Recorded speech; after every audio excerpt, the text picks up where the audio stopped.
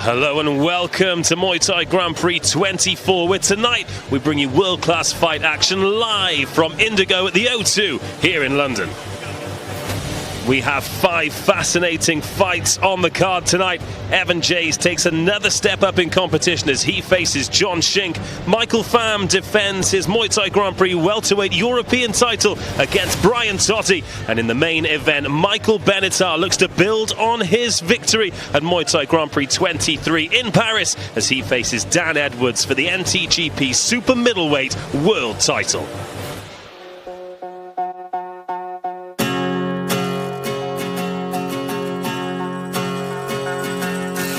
This is the hour, the darkest place.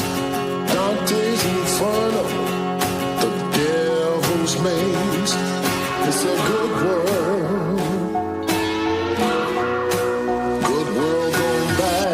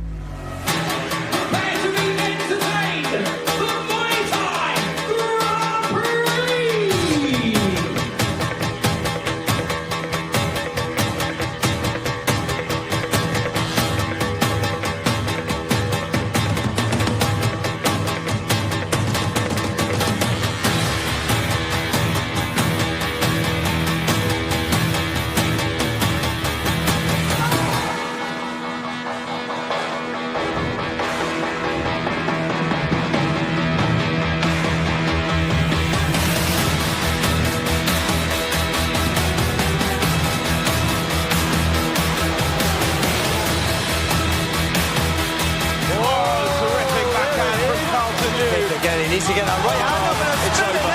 Surely over. And the whole place goes insane.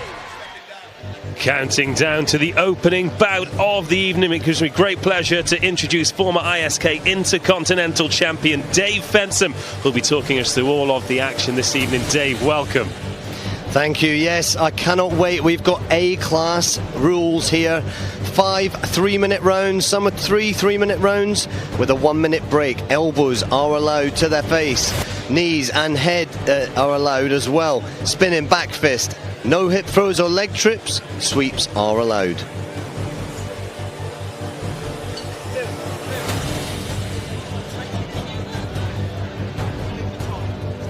Well, the first bout is a fascinating one. Marcel Adeyemi against Sevsej Serkis, and there are old scores to be settled here, Dave Fensom.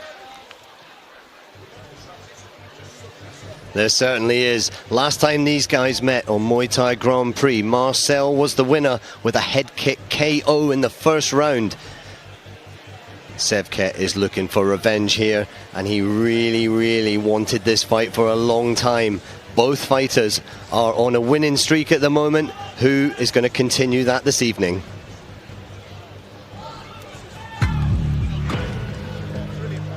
Okay, follow my instructions at all times.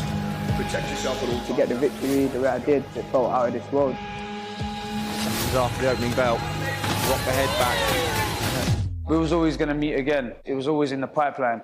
So yeah, I've been wanting to fight for quite a long time, and it's here now. I'm happy to get the opportunity to fight Sevket again because I think it's a juicy fight for the crowd. Very excited for this fight. Even as we talk now, the palms of my hands are sweaty. I've been once. I believe I'm capable of being in again. It's war, so I'm always going to prepare for war. This time it's redemption, and that's it. Man, one of us is going to sleep, and I'm going to die trying to put him to sleep.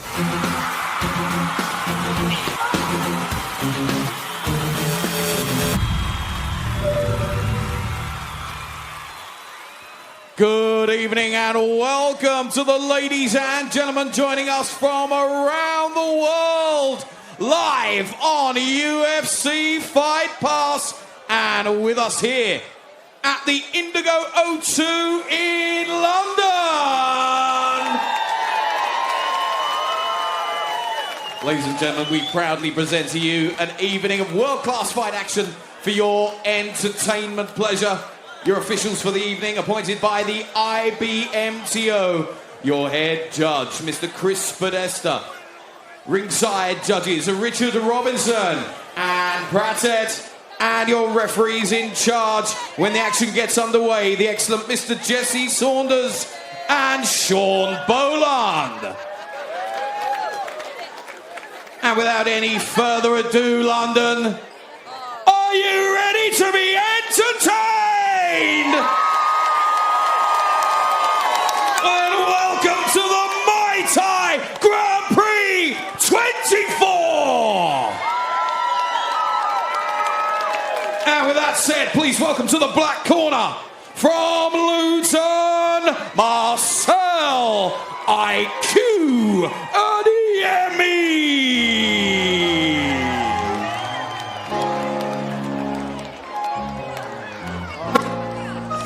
Yo, September 95, mama gave me life, came out the womb, I never even cried, this hurts to say.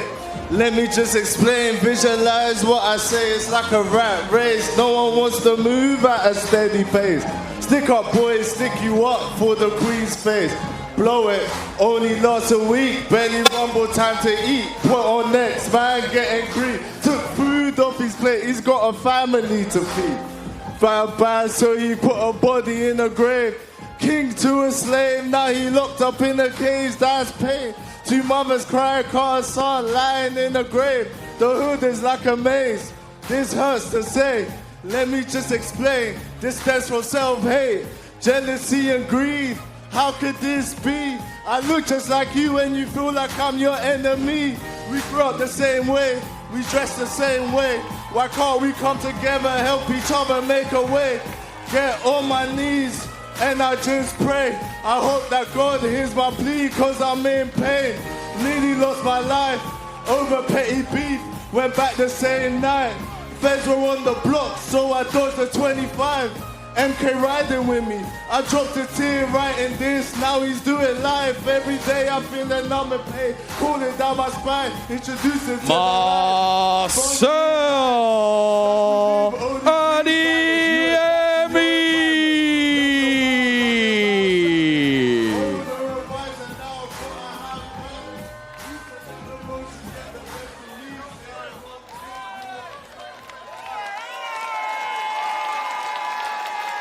And now, please welcome to the white corner, from central London by way of North Cyprus, Shevket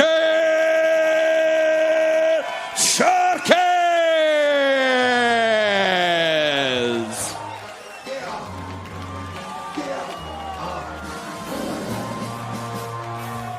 Yo, get it twisted. This rest is mine. Mother, stop. Yeah. What you heard is what you hearing. What you hearing, listen. It's what you hearing, listen. It's what you hearing, listen. Extra, give it to you. Wait for you to get it on your own. Extra, deliver to you. Not open up the door, real. Non-stop, All in white enters the ring, and we're expecting fireworks. We certainly are. These guys' records are like a mirror image of each other. 21 and 22 wins, 9 and 7 losses. They come together again. Shevket Cherkes.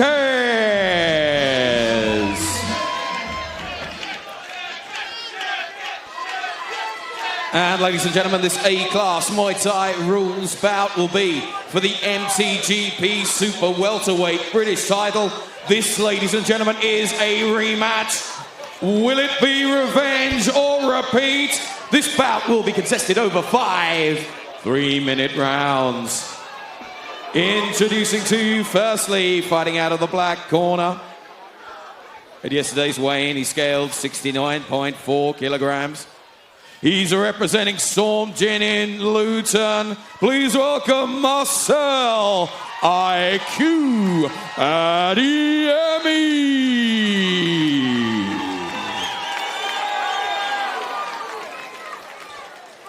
And across the ring, fighting out of the white corner, he's representing Team 2 Gym in central London.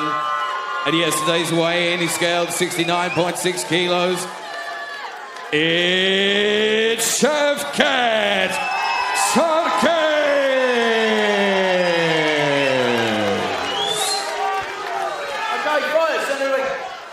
But when these two met very early in the Muay Thai Grand Prix series, it was fireworks, but it came to an abrupt end, Dave Fensom. Yeah, certainly. It was a very short-lived fight. Marcel coming out the victor with a head kick knockout. I know that Chev is looking to get his revenge on that. He's been looking for this fight for quite some time. Both fighters are coming off a winning streak. 5 3-minute rounds.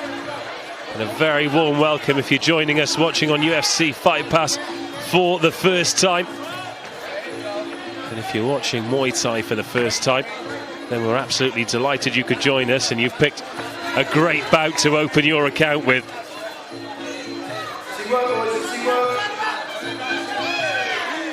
Marcel Adeyemi in the black trunks, black gloves. Shavkat Sarkis, white trunks, white gloves. Marcel himself said, one of us is going to sleep.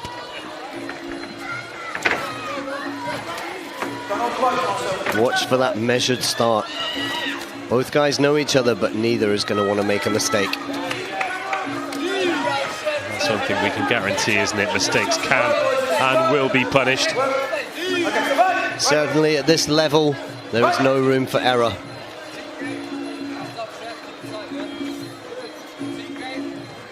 Marcel changed gyms between the two fights. He's now at Storm Gym, been training with Amir Sabasic. And we've already seen what these guys can do. Storm Gym, they certainly train you to bang. Up against Team 2 tonight. Two top gyms, one in London, one in Luton.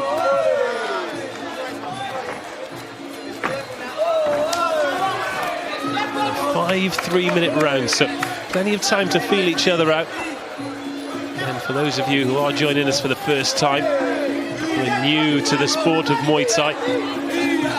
This work in the clinch, very important, and we'll do our best to talk you through some of the scoring aspects of the sport as the night goes on.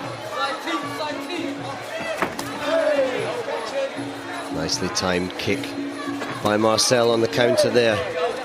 Chev needs to keep his left hand up. Kicks to the body. Score well in Muay Thai.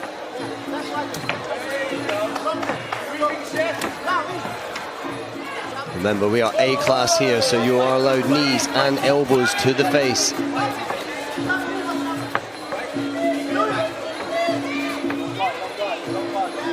Marcel carrying his gloves a little low there as he comes in. Perhaps a sign of his confidence as he goes for that head kick again. Try to work the sweep too, but Marcel's foot firmly planted on the ground. Stayed exactly where he was. I have to say, from the moment he walked out here tonight, he seemed nothing but absolutely composed, relaxed.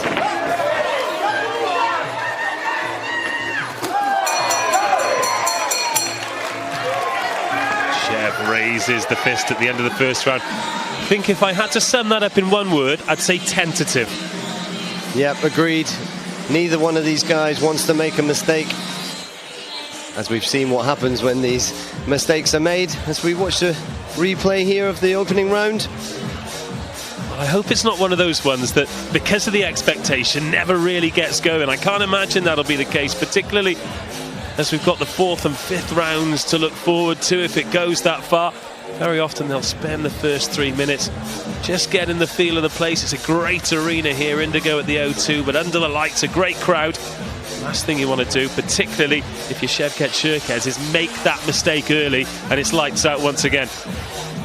Exactly. With a 5-round Muay Thai fight as well, the first round is often just a feeling out process. It's part of your warm-up. roaming into the fight, looking for where he makes mistakes, throwing some stuff, seeing where he blocks. Then it starts to pick up. Rounds 3, 4 and 5 are the real important scoring rounds in Muay Thai.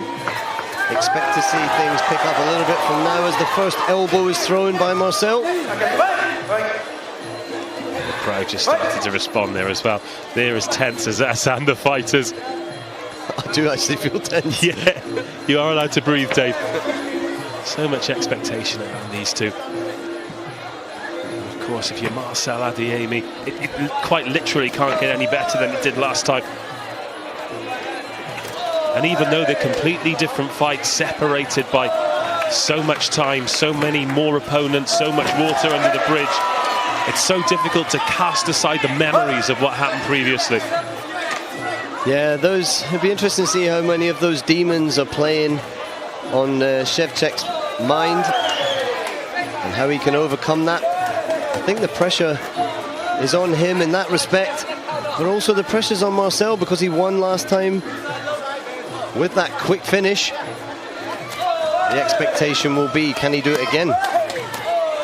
It's left there from Marcel to the body. Marcel is a knockout specialist, stopping a number of opponents lately.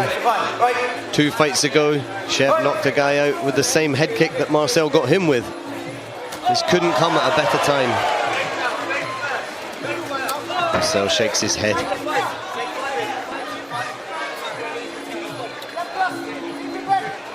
Marcel, very busy as well. We talked about the 2 records pretty much mirroring each other, but Adeyemi, just 23 years of age, he's already got over 30 bouts.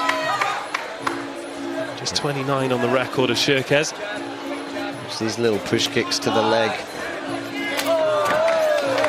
from Cherkez, just keeping his man at range and stopping him from loading up on those kicks by off-balancing that standing leg.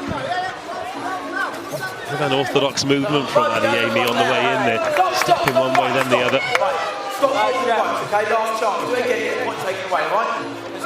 Referee just warning Adeyemi not to hold the ropes when you're kicking.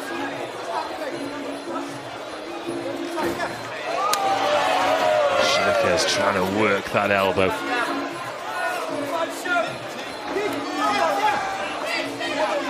Arguably one of the most technical strikes, the elbow in Muay Thai as well, to time that one perfectly. Yeah, very much. You have to really land the point of the elbow, forearms won't do. To cause a cut and a fight stopper, you need to flick the elbow and get it really precise. Shirkez lands the right hand over the top, right on the bell. Another tentative round, but just signs that they're starting to find their range. And maybe they might start taking some risks in the next. Well, this is where the fight game picks up a little bit. Round 3 in a Muay Thai bout. Big scoring round, so you will see the pace change now. There's that elbow from Marcel.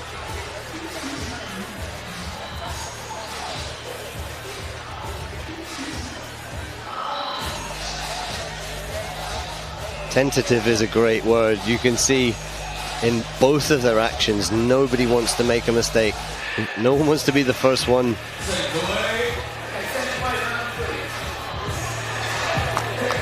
Well, neither have really thrown punches in bunches, but Adeyemi has landed a few individual shots quite cleanly. Can really affected Shirkez massively in these opening 2 rounds, but now expect the tempo to increase. Yeah, certainly it will do. When we're talking about scoring as well, you're talking about the punches. Punches do score, but a kick across the body will score higher. In Muay Thai, the punch is deemed weaker because it's covered in padding and a glove, whereas a shin bone right across your rib cage has much more effect. Well read there by Adeyemi, once then twice as Shirkez tries to get that right leg working. Nice work from the southpaw stance there from Adeyemi.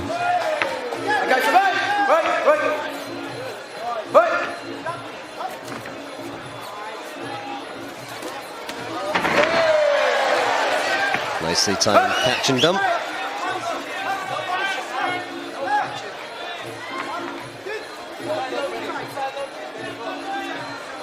Okay, looking in terms of movement, Adeyemi's always the one who wants to walk Shirkez down, but then wants him to engage first.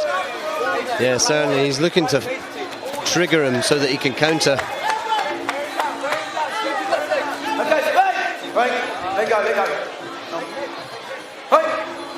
Shirkez just looking to get position on the elbow, not quite getting it. Lovely work there. He fakes the kick so that Adeyemi lifts his block, and then he works around the outside and chops the leg to take him down. Good score.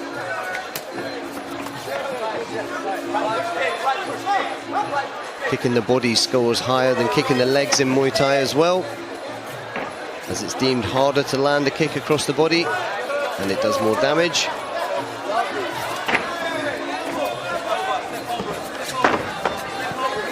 Both very strong in the clinch there.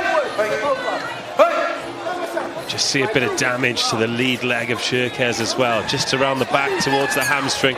Bit of broken skin. I mean, that is to be expected. Still shows that some of Adeyemi's leg kick work coming to fruition into the final, well into the final minute of round 3. Ooh, push kick to the face. Deemed disrespectful in Thailand, putting the sole of your foot on another man's face. I don't think it's just Thailand. Here in London, I find that pretty disrespectful. Good defence there from Shirkez. Sees the kick coming, raises that hand to block it. That was nice little block and then knee from Shirkez as Adeyemi tries the jumping downward elbow. A shake of the head from Shirkez as he throws the right hand down the pipe on the belt. Just towards the end of that round, a little bit more action. Yeah, as you said, it's picking up a bit now. I'd expect it to get frantic next round. Well, particularly with the belt on the line, it's the vacant British super welterweight title that one of these men will be leaving with. Just some evidence there of Adeyemi wanting to let the hands go. In terms of pure Muay Thai scoring, Shirkez doing some good work there in the 3rd round. Yeah, there was that trip. He tripped over himself and lost balance, which will work against him as he did it, but well executed up until that point. And then we saw that push kick to the face. Both men fully focused in the corners before we come out for the penultimate round.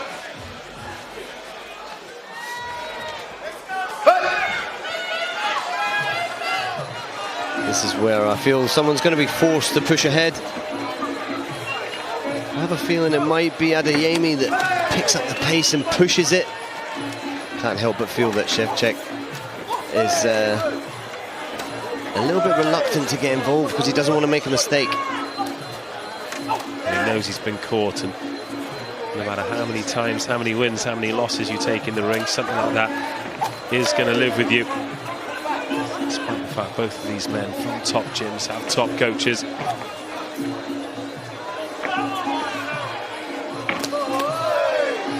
Good body kick there from the man from Team Chu. And when you see that encounter where a body kick is met with a punch, you're always going to score higher for the kick. But Muay Thai scoring is more eclectic. It's not just single shots. It's a powerful high-scoring technique. That was one of them. That great right body kick moved Marcel, so showed power, showed effect. Good score.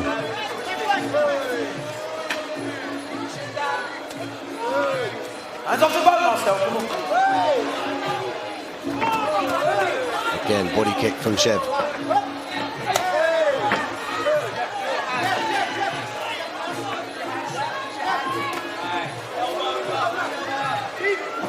Oof. Great movement again from Adeyemi, because those are the kinds of one-off shots that really can be game changers. It's the first time we've really seen Shirkez commit to anything like that as Adeyemi swings the fist in response.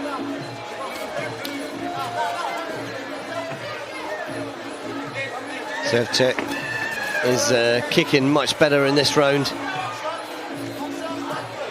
Adeyemi's forced to press the action and chase him.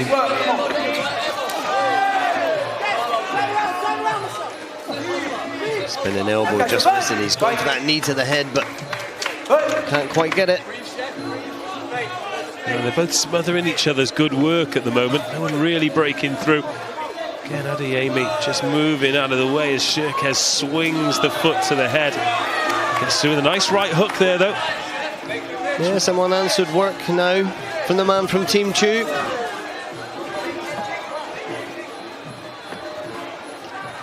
I know he's got quite a languid style at the best of times, but Shirkez just showing tiny little signs that he's slowing down.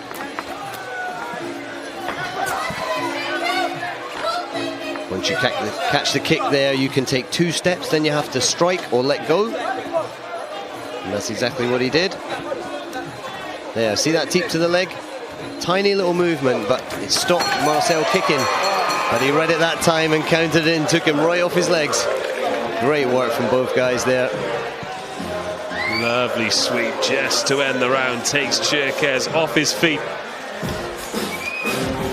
1 round to go. Perhaps not the fireworks that we expected, but still plenty for the Muay Thai purists to get their teeth over, to get their heads around. That's what happens when you're tense and you don't breathe for 4 rounds. Dave, you mix your metaphors. Either way, still 3 minutes to go as we pour over some of the highlights of the 4th round. There was that spinning kick, narrowly missing its mark. But still, because of the anticipation, still fancy something to happen in the 5th that could really turn this one on its head. Yeah, I'm still holding out hope. 5th round, someone has to assert their authority and take this one. Who's it going to be? Otherwise, it's actually a very difficult bout to score. Marcel just steps forward, lands those shots down the middle.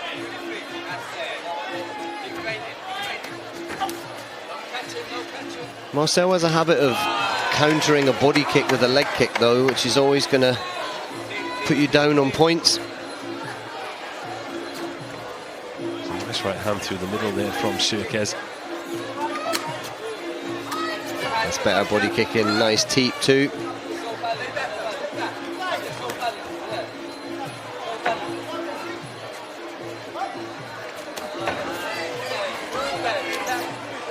Again, that lovely little push kick. Shirkez just to keep his man thinking.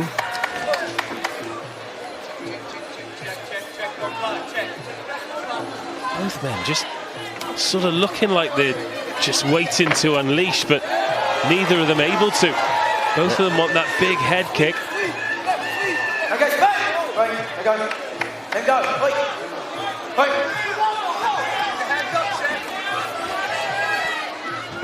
Smiles from both men there. It looked for a second like Shirkez wanted to touch gloves and then just came through with the right as he spins and tries to land that hammer fist. 90 seconds to go. This one perhaps hasn't really caught fire the way we thought it might. Still, the British super welterweight title is up for grabs here. It's a vacant belt. So one of these men will be leaving a champion. Again, Shirkez just landing the body kick and it answered back with a low kick. Is that going to be influential? Every time he takes one to the body, Marcel dishes one out to the leg.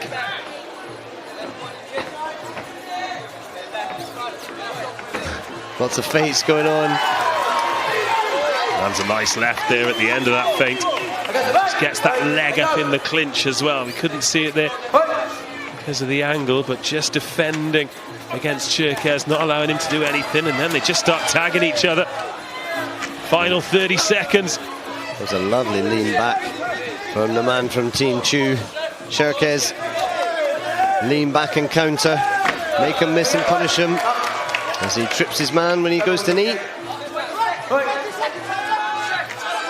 Final 20 seconds. Shirkez against Adeyemi.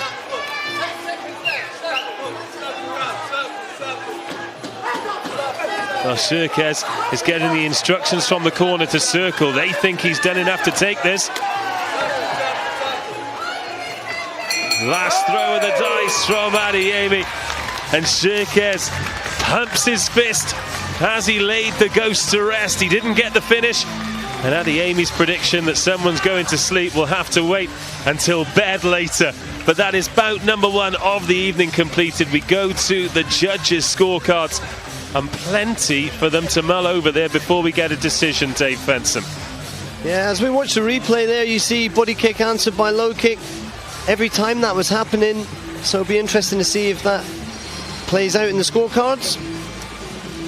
But yeah, like you say, I think both men a bit tentative. Mutual show of respect to each other at the end here in the ring. As we go to the judges' scorecards, I didn't think it was going to go there, but we will now to Peter Lowe for the results. And a big round of applause for both these men, please, after 5 rounds of action there. And at the end of those 5 completed rounds, your ringside judges have reached a unanimous decision, all in favour of your winner. Fighting out of the white corner is Cerquez. And Cerquez gets it. And so your appreciation for our runner-up, Marcel Adeyemi. And he is the British super welterweight champion. What a night for him. All in white and leaves with a white belt. Now, they're one apiece, Dave Fensom. Do we need a trilogy? I say so. I know Chev is going to be very happy with that. I think he'll probably be annoyed about his performance in ways. He was a bit tentative, but I think he scored very intelligently. That was the key thing.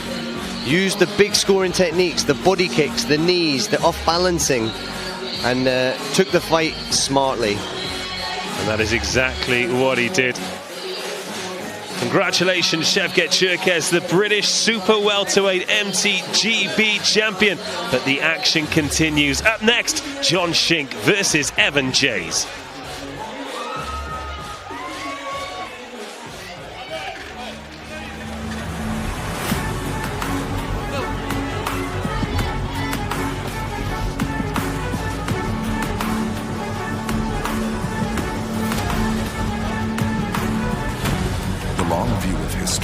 Is a series of short stories, pieces of a puzzle that, assembled, help us understand it all.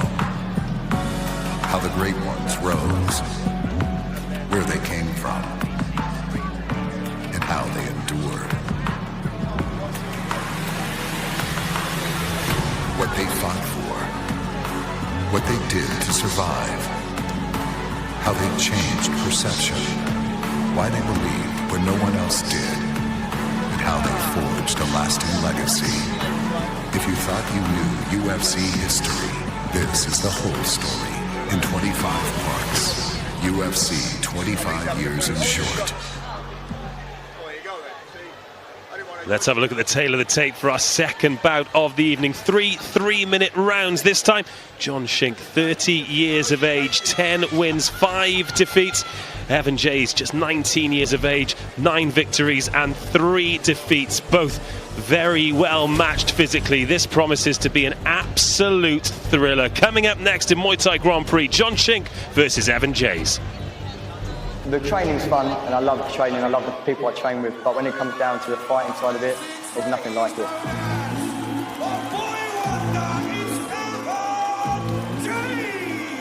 Every single thing about it is pure adrenaline, pure love for the sport.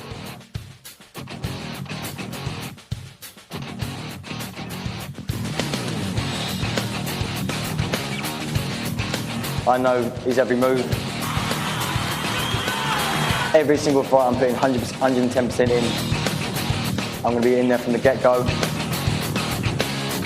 But I'm going out there, going to stick to my game plan, grind him down, wear him down to the point where he's got nothing left.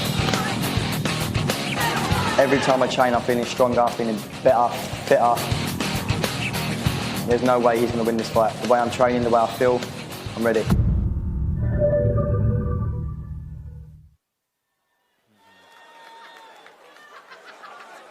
And now, please welcome to the black corner, representing Kangrang Muay Thai from Nigeria, John Shing.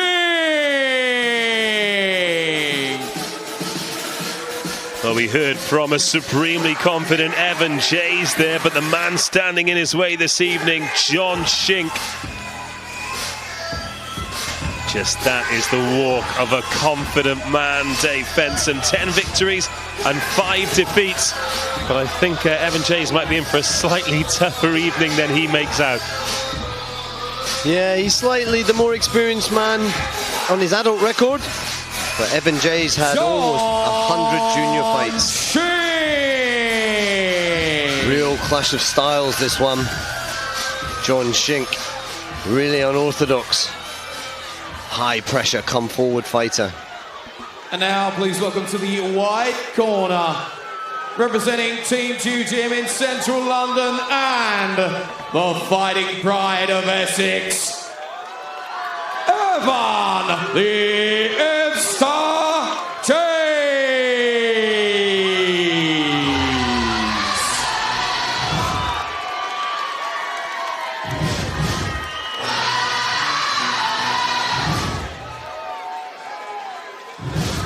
Evan, the Ebster, the boy wonder, call him whatever you want to call him, just 19 years of age, but as you alluded to, Dave Benson, over 100 bouts as a junior and now a senior competitor. Very talented lad, going from strength to strength. Every time we see him tested on Muay Thai Grand Prix, he's been taking that step forward every time, and this is another higher challenge for him. Very technical. It's almost going to be the technician versus the brawler. Well, while we wait for Evan Jays, John Shink not letting this gamesmanship, these mind games, this weight get to him whatsoever. But now Evan Jays arrives.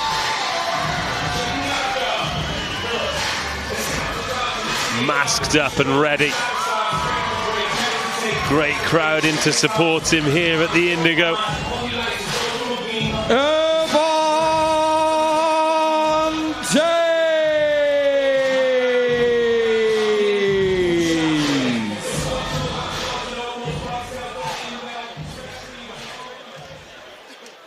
And this A-class Muay Thai Grand Prix prestige bout will take place in the minus 58 kilogram division and will be contested over 3 3-minute rounds. Introducing to you firstly, fighting out of the black corner at yesterday's weigh-in, he's scaled and even ready, 58 kilograms. He's representing Kangrang Muay Thai. He's from Nigeria. It's John Shing.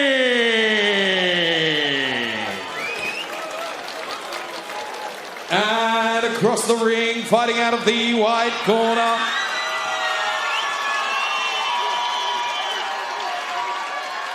at yesterday's weigh-in, he scaled 58.3 kilograms. He's representing Team Chu Gym in central London and is the fighting pride of Essex, ladies and gentlemen. It's the F-Star, Evan Jays.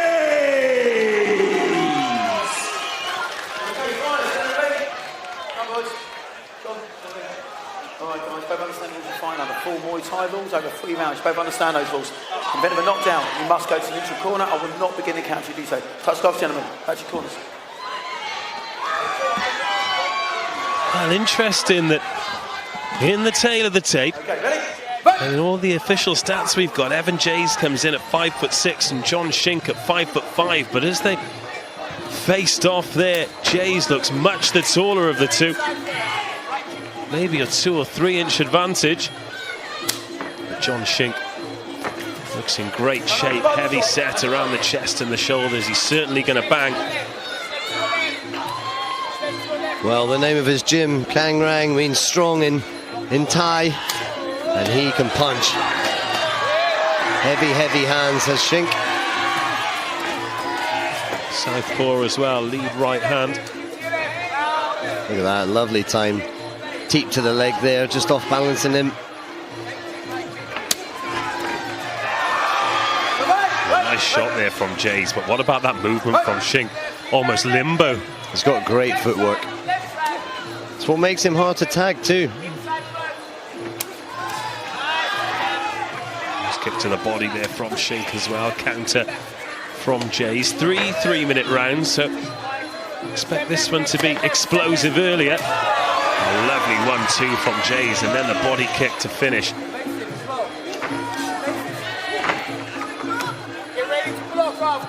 Go left. Pull back. Left side.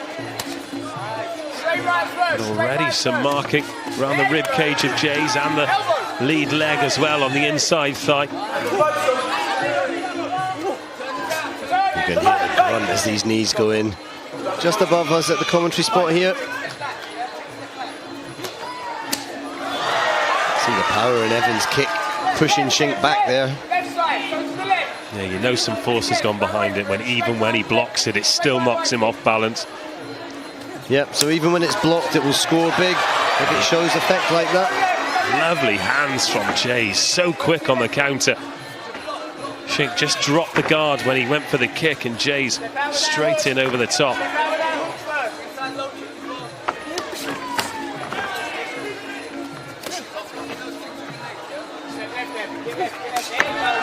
Again, evade and counter from Jays.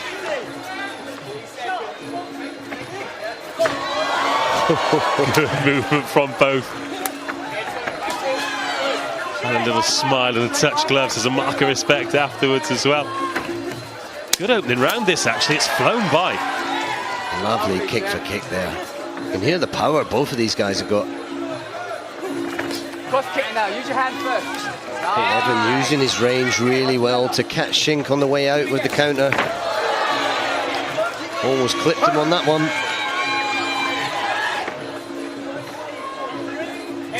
I think what's been really impressive from Jays as we count down to the bell, as well as his glove work, his awareness of his range. So he's standing just out of range of John Shink because he knows a slight movement backwards from him will take him out of range, and then he'll be in range for the kick himself. It's great awareness for a young man. Yep, certainly, but then you've got to bear in mind he's had over 100 fights if you include his junior record as well. Training at Team Chew now with some really good sparring partners under the tuition of Charlie Peters there and Philip Chew. As we watch the replay there, like a nod of appreciation.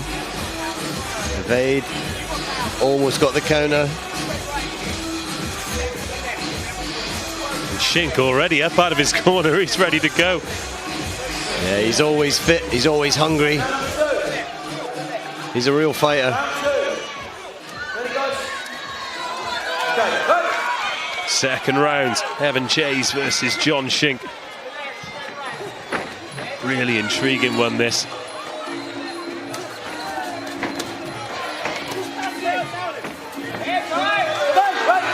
Jays, of course, suffers from some of the same things that I do, and that's that pale skin that really does mark up, should I say. As soon as there's any impact, we can see marks around his rib cage, on the triceps, around the back, and on both the inside thigh and the quads on both legs. Yeah, it's testament to the power that Shink has, though. This is good for Evan, though. He needs a step up in opponent. Tested a little bit more every time. And he's got that tonight. John Shink didn't come here to give him an easy night. Certainly did not. He's so quick with the hands. I know in terms of scoring, punches don't score the highest, but in the time it takes Shink to throw a kick, sometimes he can get over the top with 1, 2, 3 shots. He's been instructed to command the center of the ring by his corner is Evan Jays.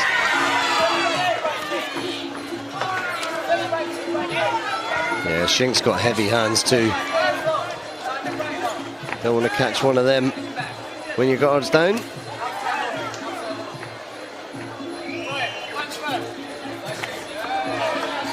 halfway through round 2. It's absolutely flown by.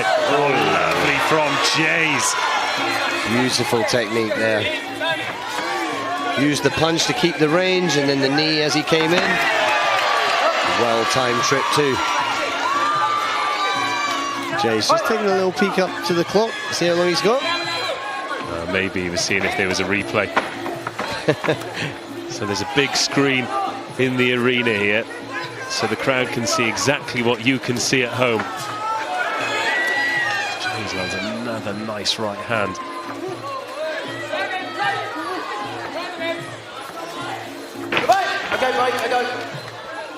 Tried the trip again, but Shink's strong. Said, you're not going to get me twice. I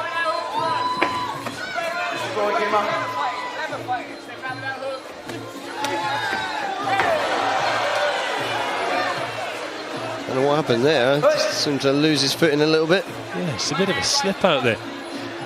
I also think Shink, when he hits, he does automatically lean back afterwards because he's the less rangy of the two fighters. And I think he almost did that and put himself over.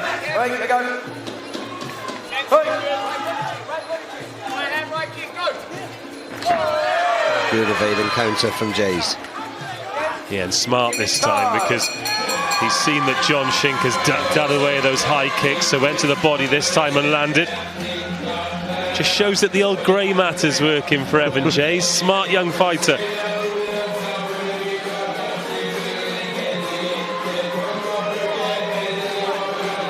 Nice little turn there at the end of that movement.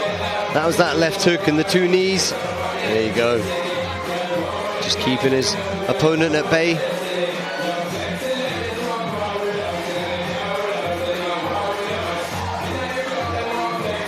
There's the sweep. Just waiting till the right time. Yeah, he put himself over. He blamed the floor, but I think that was himself. It's like he was on roller skates. So 1 round to go. 3 threes in this Muay Thai Grand Prix prestige fight.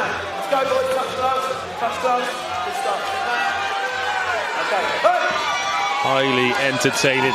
Which one of these men can really take control of it in the 3rd round? Oh, the body shot there from Shink, just digging into the rib cage of Nice Jays. Trip.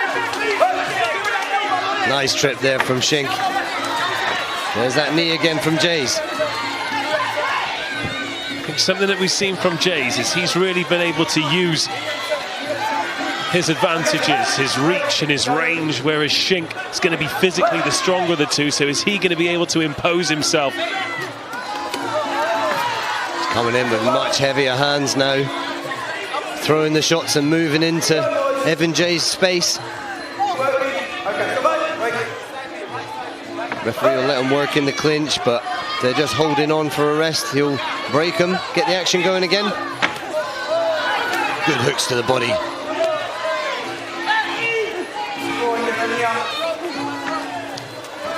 Jay's just blocking, but got taken down because his leg was up. He's not attacking as freely in round 3, Evan Jays, as he was in 1 and 2. Oh, massive right hand from Shink. Jays is going to have to ride a storm here. 1:40 left on the clock. Yeah, as we saw, he peeked up and he took an elbow there. Don't think he liked that. Took a right elbow. Evan Jays is in a war. He knows he's in a fight tonight. John Shink is bringing the action. You can see Jays, he was backing off into the corner then. He's looking up again. He's looked up 2 or 3 times now to the clock. Looks tired. Still comes back with a nice counter left, but Shink just backing him up, trying to free that elbow. This is where you see the power in John Shink.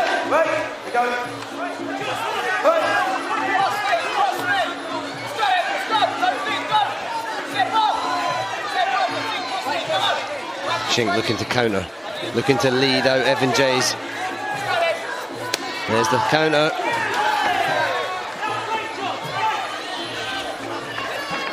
Couldn't get the sweep this time though, John Shink. Landed another massive right hand to the body. Final 30 seconds and you feel as though Evan Jays just hanging on a little bit here. Looks up at the clock again. Yep. It's a big telltale sign from Jays. He's not comfortable at the moment. This is good for him though. Looks up again at the clock. Shink imposing his will on him. Pressing forward. Can Jays? Lovely evade and counter from Evan Jays. Again, turn and knee. Good scores. Evan Jays scoring intelligently here.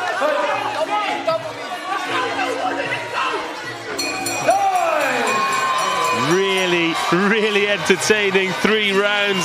Shink puts both hands to the sky. Well, regardless of the results, I think he enjoyed that one. Evan Jays, massive challenge for him. And he looks in some severe discomfort over in that white corner. We go to the judges' scorecards, and a difficult one to score there. But the way John Shink rode the storm in the first round, then grew into the fight. Massive display from him. Again, in Muay Thai scoring, you need to get stronger as the fight goes on. It's deemed to be a marathon rather than a sprint. And that's what John Shink did here. Evan Jays, though, scoring really intelligently. Was put under real pressure there towards the end by Shink as we watch the replay. But he's glad it was a 3-rounder, not a 5. As the judges just tally up the scores now. We will go to our MC, Peter Lowe, for the official results. And a big round of applause for both these men, please, after 3 hard-fought rounds of action. And at the end of those 3 completed rounds, your ringside judges have reached a unanimous decision, all in favor of your winner. Fighting out of the white corner, it's Evan. Well, Evan Jays has passed a stern test against John Shink. Was holding on by the end of round 3, but that is a huge result for him. Yeah, it's great. Great to see Evan tested, though. Can't see anything worse than when people have just given easy fights, and Evan has not had easy fights. He's had to fight his way to the top, and that he had to really slug it out for that win, score intelligently, and he had a really tough opponent tonight in John Shink. Great win for Evan Jays. Evan Jays gets the unanimous decision against John Shink. 2 fights down, 3 to go here at Muay Thai Grand Prix 24. Congratulations to that man leaving the ring. Evan Jays gets the points victory over John Shink. Next up, Sarabut Promsud against Carlton Liu. Carlton Liu, a massive favourite here at Muay Thai Grand Prix, but 5 3-minute rounds against Promsud promises to be stunning. Look at that record for Promsud as well. 61 victories, 34 defeats. He will fight anyone. All that by the age of 22. But Carlton Liu, 24 victories, 4 defeats. Do not go anywhere. This is going to be another stunning bout. It's more the lifestyle that I'm passionate about. I got into Muay Thai through the influence of my older cousins, Philip, head coach of Team Cheese. Obviously his brothers got involved, my cousin Michael as well. They saw potential in me and they helped me stick to the sport really and just dedicate myself to it.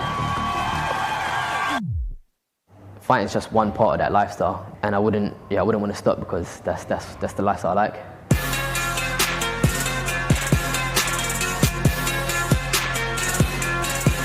He's another skillful fighter. Obviously he's orthodox. I know he likes the right kick, he likes the right hand. Sounds like me, the opposite version of me.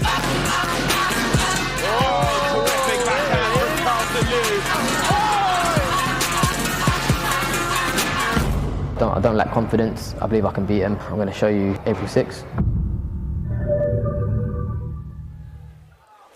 And now, please welcome to the black corner from the beautiful country of Thailand, TauRuS Promsud.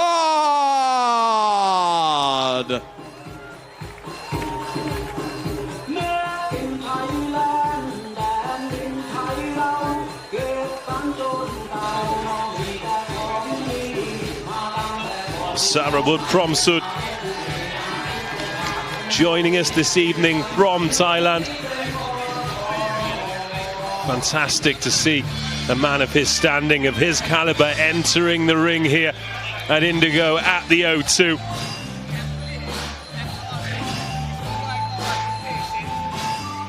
Approaching 100 bouts. TauRuS Promsad.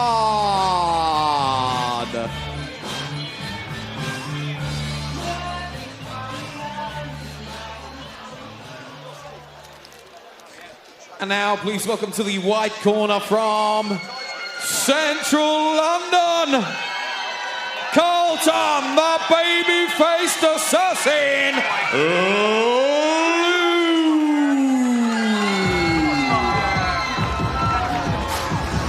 But Carlton Liu has made a massive name for himself with the fans of Muay Thai Grand Prix. Raises those hands to the sky.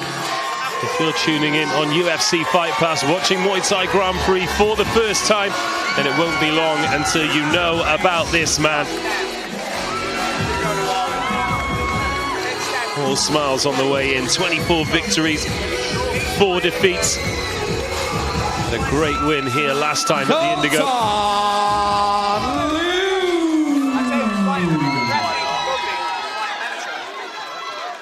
And this A-Class Muay Thai Grand Prix prestige bout will take place in the -64 kilogram division and will be contested over 5 3-minute rounds. Introducing to you firstly, fighting out of the black corner. At yesterday's weigh-in, he scaled 63.5 kilograms. He's from the beautiful country of Thailand. Please give a warm London welcome to TauRuS Promsad.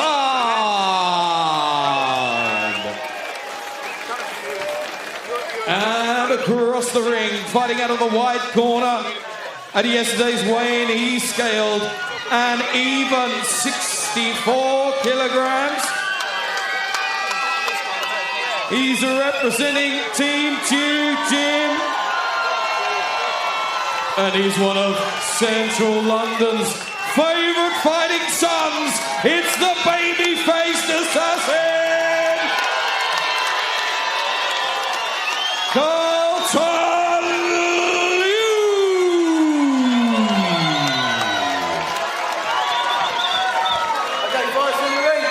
Well, Dave Fensom, in the previous bout, we spoke about the best youngsters from Britain needing challenges. How about this? An 18-year-old, a crowd favourite here in London, going in against a Thai fighter with 62 victories to his name. This is a massive challenge for Carlton this evening. Certainly is. And we said he's got 24 wins, 4 losses. The 4 losses are to very top caliber fighters.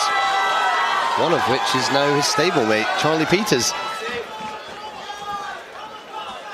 There's a man in front of them who at 22 years old has had almost 100 fights.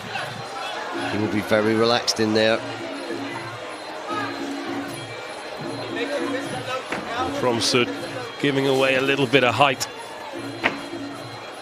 Those few inches more than made up for with experience. Just in terms of technically how he was brought up in the fight game. No matter what happens this evening, Carlton Liu is going to learn a great deal from TauRuS Promsad. Certainly, Carlton's a very talented fighter. You see the Thai there, just flicking the kick to the leg when it's not blocked. Fires it in hard. Just coming off a big win on Max Muay Thai. Stopped his opponent.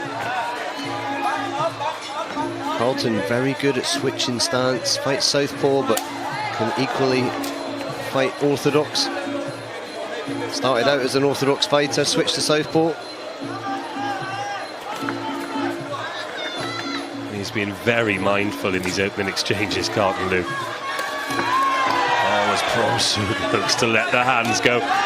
One to the body, then one upstairs.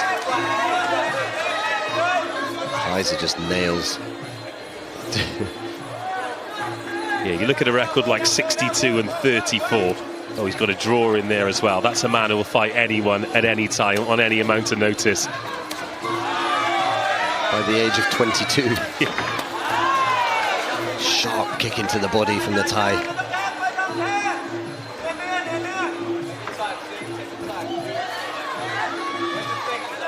How relaxed he is. Carlton using his leg work. Promsud. Take a look at him. He's only got one face. His expression hasn't changed since he entered the ring. Well, these Thai fighters, they're like the Terminator. No emotion. This is business. Been doing it from a very young age. It's part of the culture in Thailand. You just grow up doing it.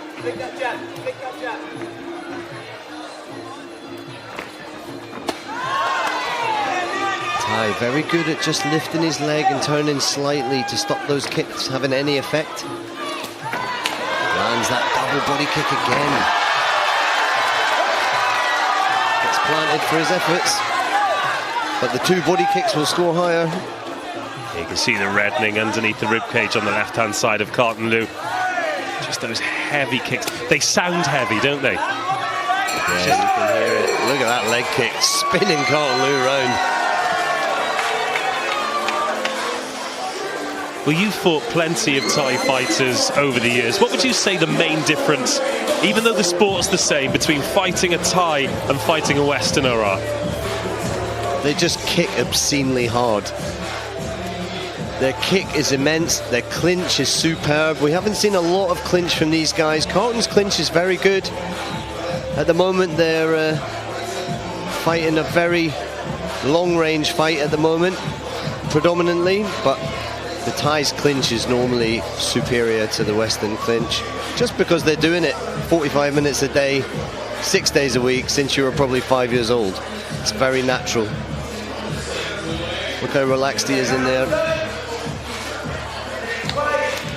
1 minute break. This one will be contested over 5 3-minute rounds. So, to be honest, that first round didn't seem particularly tentative either. There was plenty of action. One thing you see with Thai fighters is they will be completely relaxed, not do anything they don't need to do, don't exert energy when you don't have to, but when they do hit you, they hit you as hard as hell. Yeah, clinical work, no wasted energy. Yep. You can see that with that leg kick alone. Which again, when you're fighting, you know, once a fortnight or even more regularly than that, you don't want to waste any energy, you don't want to risk any injury. Minimum effort, maximum damage. So quick with that kick. There it is again. Really working on that left leg of Carlton Liu. A straight left there from Carlton though. Just got a nod of respect there from Promsud.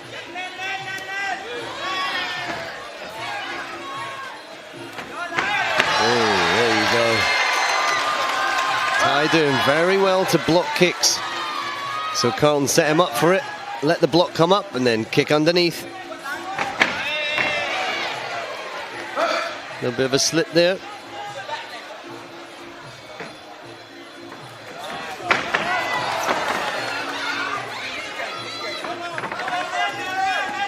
I thought the Thai was going to go into the clinch. He's just held his ground, put him in the corner and then let him walk on. Great balance there as Carlton went to throw him. Oh, perfect turn and knee from the Thai. Really good score. Off balancing your opponent and then striking them as they're off balance. There's a great score in Muay Thai. In terms of the clinch, do you think something that is something you get better at as you get older, as you get physically stronger? I think it's technique more than anything, and the fact that the Thais do it day in, day out from a young age makes it natural, makes it easy for them.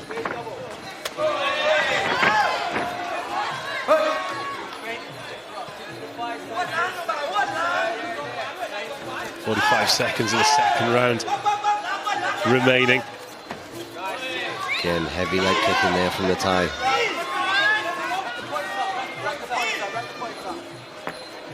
And when they do clinch, he's always the first to get the knee around his Promsud. Yep, it's important to score. You heard the corner of Team Chu there just shouting, rack the points up, rack the points up. But as you've identified, the Thai is in there first, making sure he's ahead.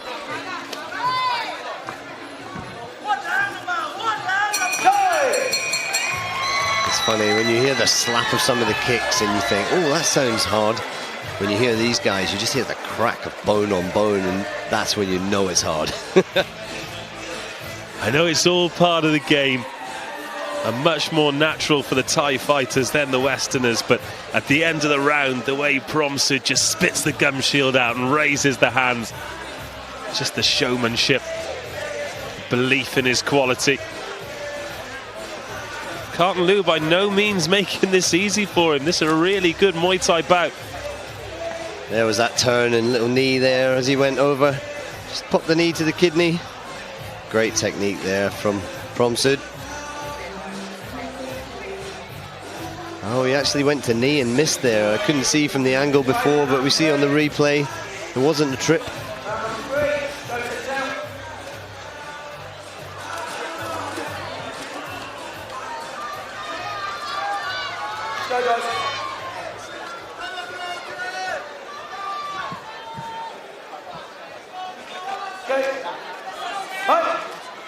And they're called in for round 3 of the 5 that we have scheduled here in bout number 3 of the evening. There's that chopping low kick.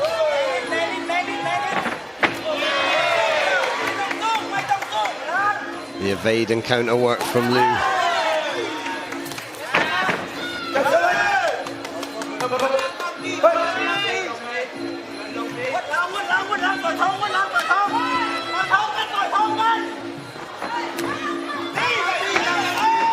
Nice takedown from the Thai. He waited for Carlton to knee and then just pulled him on the knee. Turned his man, took him down. Look at the colour of Carlton Liu's left leg. Which one? The red or the purple?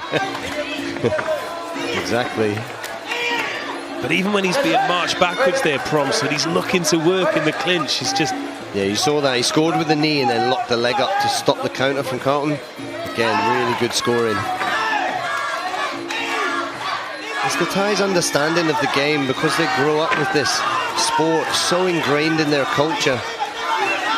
They understand it so well. Shows you the level that UK Muay Thai has come to, though, when a young man from the UK can get in there and mix it with a guy who's had 100 fights, by the time he's 22. Just trying to work that elbow in there was Carlton Liu before being dumped on his back. That's a body shot there from Promsud. Beautiful knee and trip from the Thai. Great technique. Really good test for Carlton, this is. Heavy right hand coming through there as Promsud backs Liu up onto the ropes. And then as soon as the work and the clinch stops, they get broken up.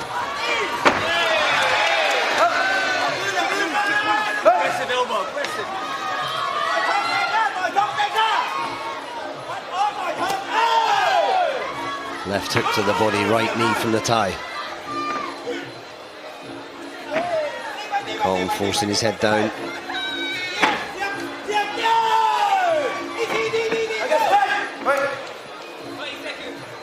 Yeah, the damage to the back of Carlton Liu's left leg as he wears a couple of heavy shots to the body.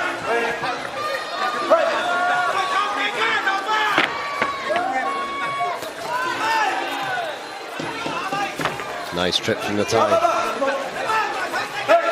Carlton tiring now, mouths open. Thai smiles as he comes forward. That was a tough round for Carlton. As he heads back to his corner, you can see that took its toll. Yeah, a lot of work to the body there from Promsud, both kicks.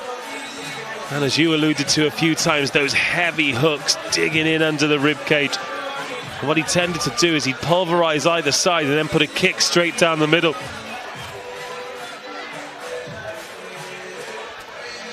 And that might not be the stuff that scores particularly well, but it will slow Carlton Liu down to allow him to do the stuff that does score well.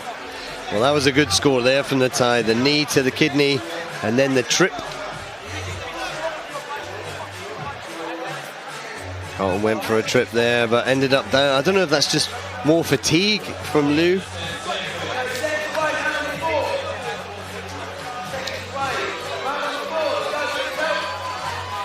He's up and about and ready to go, Carlton Liu.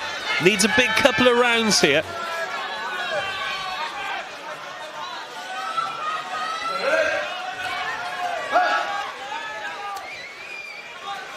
This is a very important round now. But as Carlton Liu turns his back to us here, see if you can make out. Yeah, there it is, the damage to that left leg. Landed a good kick there though, Carlton Liu. Yeah, really good. Off-balanced his man and kicked him while he was off-balance. Lovely little trip there too. Liu's woken up. Well, and Promsud's face has changed for pretty much the first time. He's got a bit of a smile on it. Yeah, I think that's a bit of respect for the work that Carlton Liu's just done. Which again, as you alluded to, I think shows quite how far British Muay Thai has come as they exchange leather. Yeah, big, heavy hands landing from the Thai there. Carlton Liu's sparring partners with Michael Pham, who we're going to see later on tonight. David Chu, some heavy hitters in that gym. He'll be used to this. He got tagged there though. Thai smiling now, as you said. Oh, he's having a great time. I wonder if he thought he'd ever have a Muay Thai fight in London. See him lift the block before the kick's even thrown. Knows what's coming.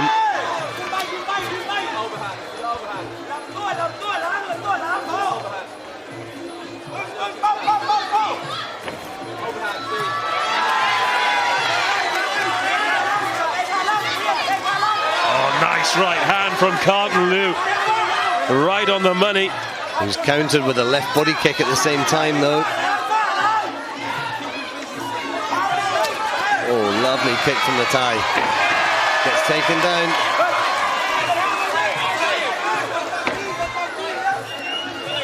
Oh, we've got a fight on our hands here. A minute of the fourth round to go. Elbow thrown by Liu there. Thai smiled at him. Said, okay, if you want to play that game. How demoralising is that? Lovely trip there.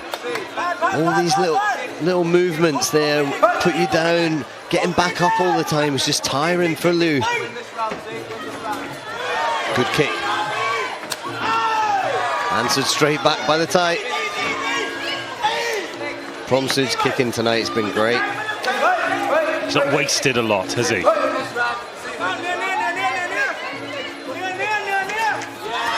Very lovely couple of lefts there from Carlton Liu, but then the Thai comes straight back at him. We talked about efficiency earlier. The Thais wait and then explode, but he's getting unloaded on now by Carlton.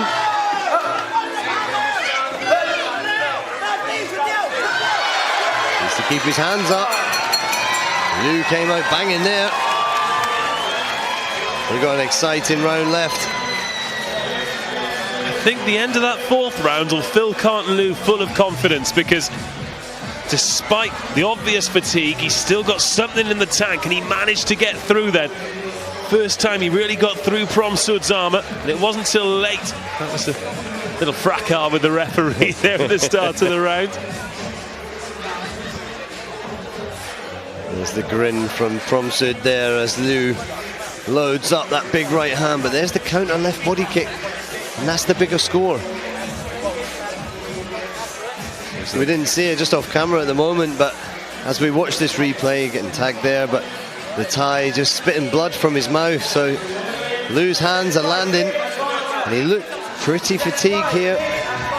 Who's got more in the tank? Carlton Liu is up and in the middle of the ring, ready to go again. The Thai is Promsud sat in the seat. The corner will stall and try and give him a couple of extra seconds breather. Well, you put that down to a language barrier, don't you? Obviously.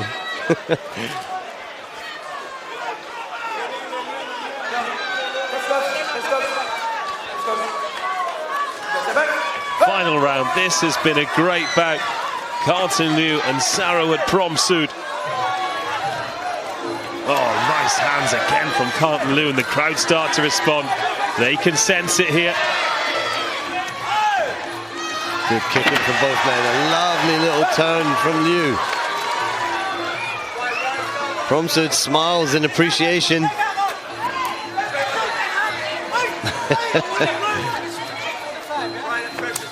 Oh, lovely kick. He doesn't want to duck into that either, Carlton Liu. Just put the head down there, needs to be careful.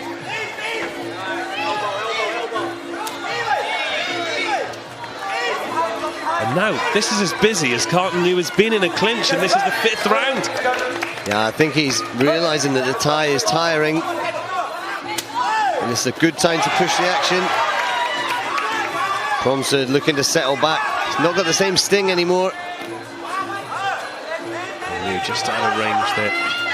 To let go of that left hook. Doesn't want to get tagged himself, though. Carlton Liu's hands are having a good effect here as he lands. And gets tagged himself on the way out. Oh man, that was right above us. He hit a right hand there and he stepped back. Promsud's got power in his hands too. Another lovely right hand from Carlton Liu, and Promsud reaches in to try and clinch, but it seemed like a clinch he wanted to rest in, not working. Double kick getting blocked this time. Oh! Right overhand from Liu.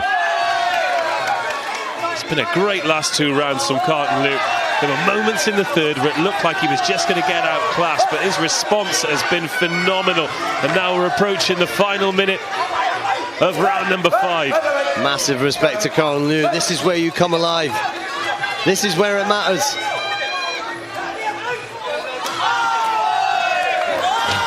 Just fatigue putting Carlton down there, I reckon. They exchange body kicks, both we could hear from the other side of the ring in our commentary position. 45 seconds to go as Liu looks to unload again with the left and the right. Closing seconds, 30 seconds left. Carlton Liu looks like he's got another round in him, like he wants another round. Hands with a jab there, and it rocks the head of Promsud back. But now they're up close to us on the ropes. Dave Fensom, you can see how tired they both are. Like a wrestling bout there for a second. Final 15 seconds, exchanging kicks. Promsud tired now. Liu needs to press forward. He's running out of time, looks to get the elbow over the top of the clinch as he's working those legs, and we hear the final bell. Both corners think they've got it. Both up on the ropes, and the O2 crowd responds as they should. 5 first-class rounds of Muay Thai fighting. And huge respect, both earned and shown from these two men, Sarawat Promsud and Carlton Liu. Well, we're going to the judges' scorecards here.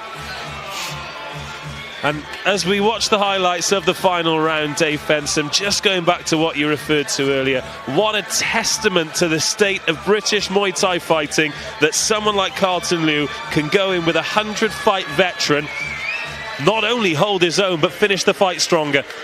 Yeah, that was great work from Carlton Liu. A great test. There, he just got tagged there, look. That almost took his legs out from under him. What a superb fight, what a superb test. And what a show this is shaping up to be on Muay Thai Grand Prix 24. Over to Peter Lowe for the results. And ladies and gentlemen, a big round of applause for both these men after 5 superb rounds of action.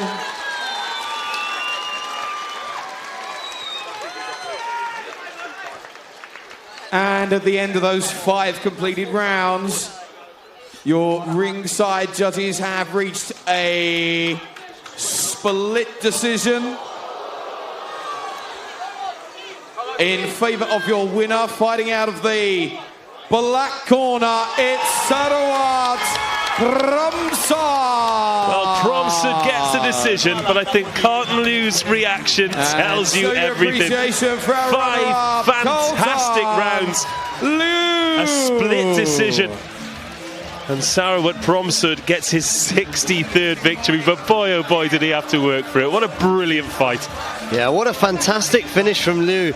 I think Promsud had such a strong 3 and 4 that it took the fight for him, but Carlton, a testament to his will and his fighter's heart. He really fought hard right to the end, and he was strong at the end there. Great conditioning, and what a great test for Carlton Liu. But tonight, the Thai, Sarawat Promsud, fantastic performance. Well, Sarawat Promsud comes to London and makes plenty of friends. That is what Muay Thai is all about. But Carlton Liu, still so much for him to learn, so much for him to achieve, and he'll have learned a great deal here this evening. Not on the winning side, but what a performance from both of those men. The victory goes to Sarawat Promsud.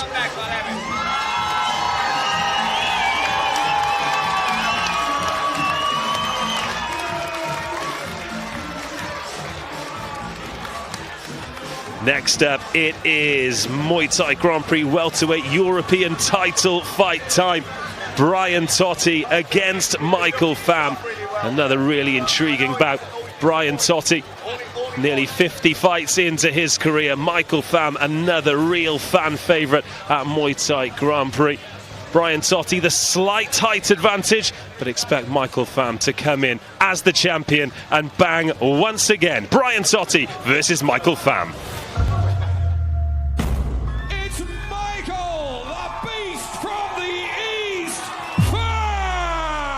Fought one of my stable mates, my cousin David. This is the one I've been waiting for. It's the 66 kilo ISKA Intercontinental. When I fought David, it was a good hard fight. It was 4 years ago.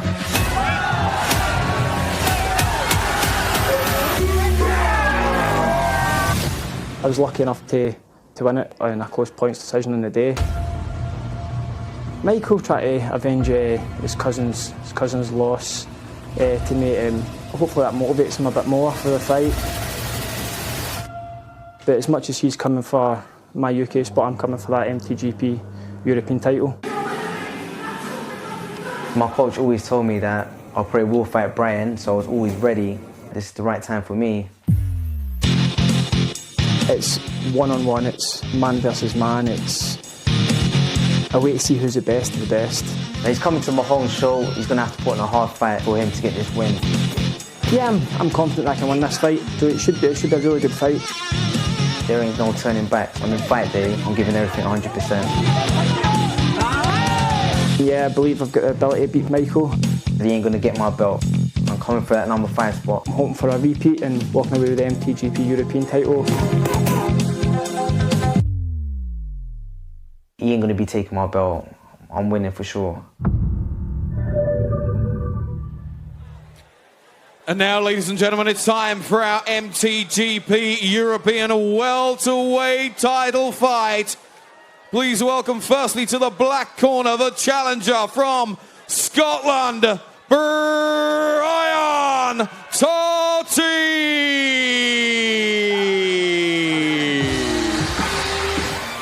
Brian Totti, the saltire draped across his shoulders, the kilt draped around his waist.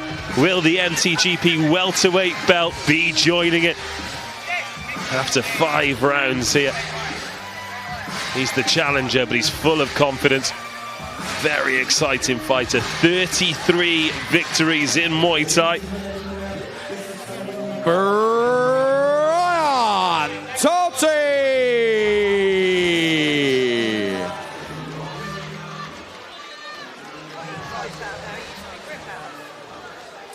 And now, please welcome to the white corner from Central London, the reigning, defending MTGP welterweight European champion, the beast from the east, Michael Pham.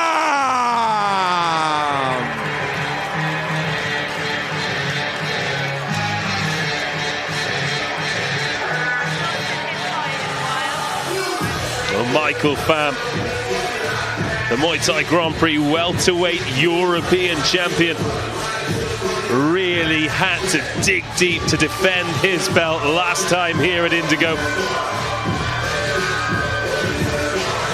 And there is the belt raised high in the air as Fam wants the crowd to react, gets the support, a lot of love in the room for him. And he'll be looking for a more polished, all-around better performance than last time. Questions were asked, but there is one way to answer critics, and that's to put on a show. And Michael Pham is more than capable of doing that. Incredibly talented Muay Thai fighter, 15 victories, 4 defeats, fighting out of Team Choose Gym. But most importantly tonight, he is the European welterweight champion. Michael Pham!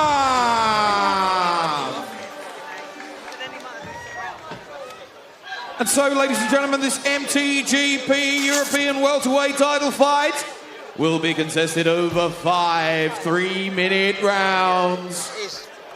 Introducing to you firstly, fighting out of the black corner. He's representing EDA and Sit Muay Thai from Glasgow, Scotland, the challenger. Please welcome Brian Totti.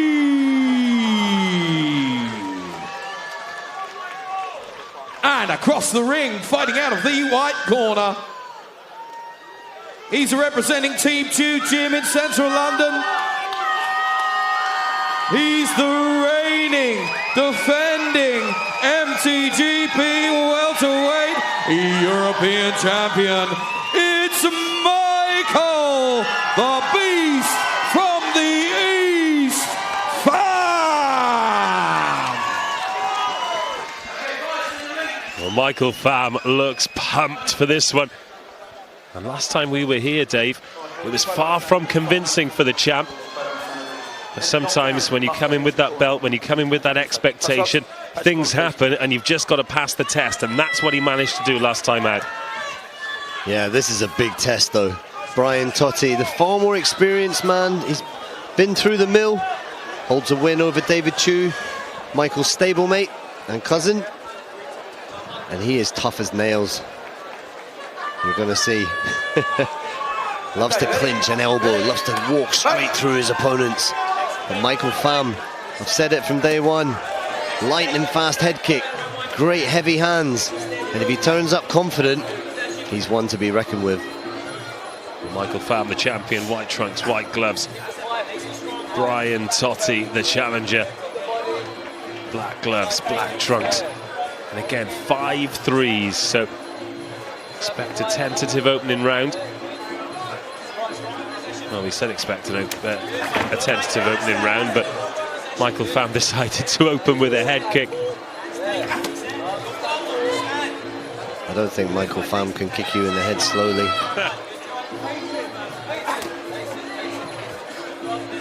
Just looks to find his range with that right hook. Pours out a couple of jabs. Important for Totti when he does pour those jabs out to just make sure he's not in range. Because when Pham smells blood, he really is a finisher. Yeah, this could turn into an elbow war. Totti known for his good elbows, and we've seen Pham bleeding all over us in the past here at Muay Thai Grand Prix.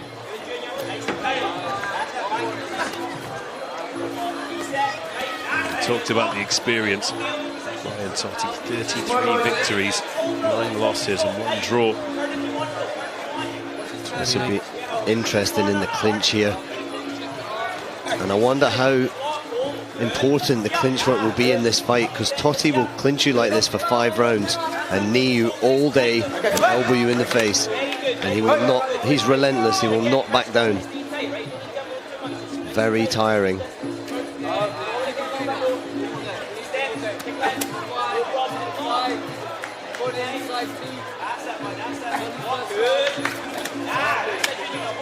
For those of you who tuned in to Muay Thai Grand Prix 23 in Paris, will have seen that the clinch can be really important in these sort of big, high-octane, high-expectation fights. where Jeremy Payet just got clinched out of it.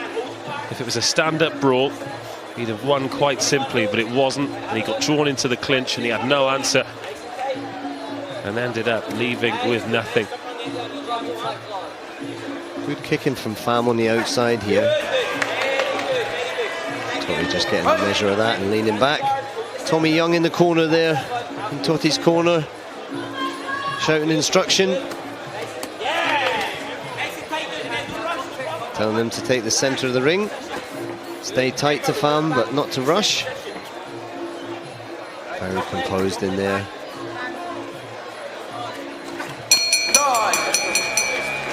Well, a very measured start from both fighters today, and I wouldn't have expected anything else.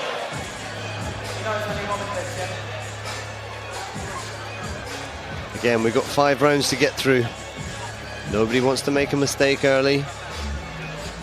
But it's worth mentioning, when you're fighting for a championship belt, you have to convincingly come and take it from the champion. You can't allow it to be close.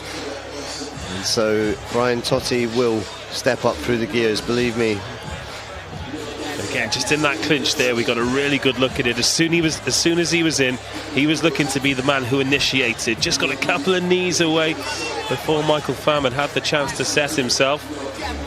It's almost like when a shark is hunting and it takes that first bite just to test. That's what that was from Totti. Seeing what Pham's got in the clinch.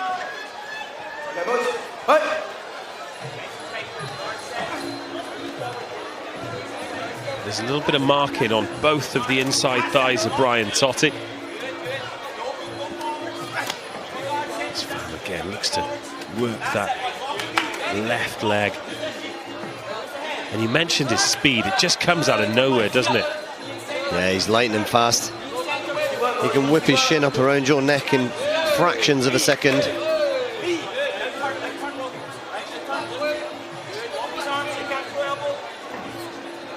Again, we see the clinch early. He's going to be dominant here. Difficult to tell that time round. Experience would favour Totti. Holds his head in a really good position there. You can see Pham doing well, but you can see his head is off to the side slightly. Meeting him head on now. And they've exchanged quite well. And Totti's just tried to work that elbow in there. Pham letting the hands go. Yeah, that stand-up 1-2, well blocked. Again, as Totti just looks to almost use Pham's momentum to see him onto the elbow. Yeah. That little flick, but it was the forearm that landed, not the point this time.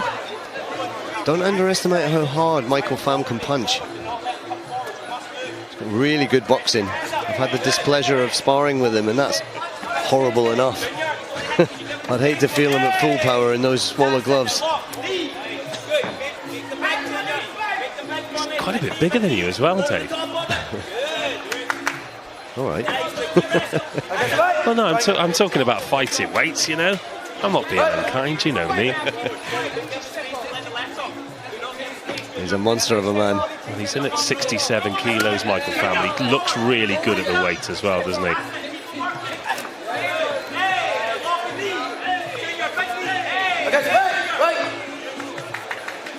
Good knees there from Totti, 2 knees unanswered. Tommy Young saying get tight again.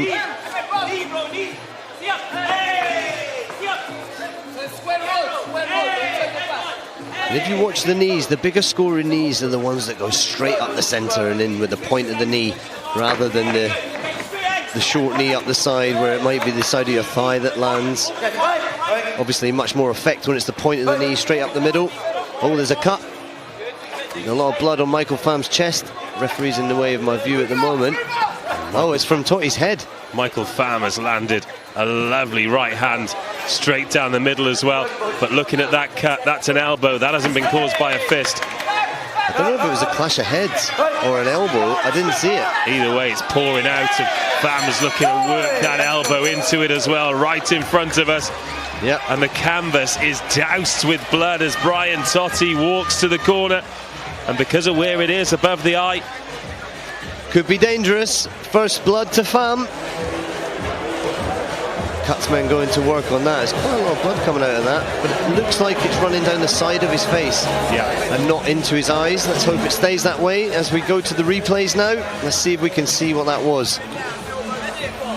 Well, when they were clinching, there were a few elbows, but something you picked up on was the fact that they have been forehead to forehead in the clinch. When they come together, they do come together with a bit of a bump, so I wasn't sure if it was a clash of heads.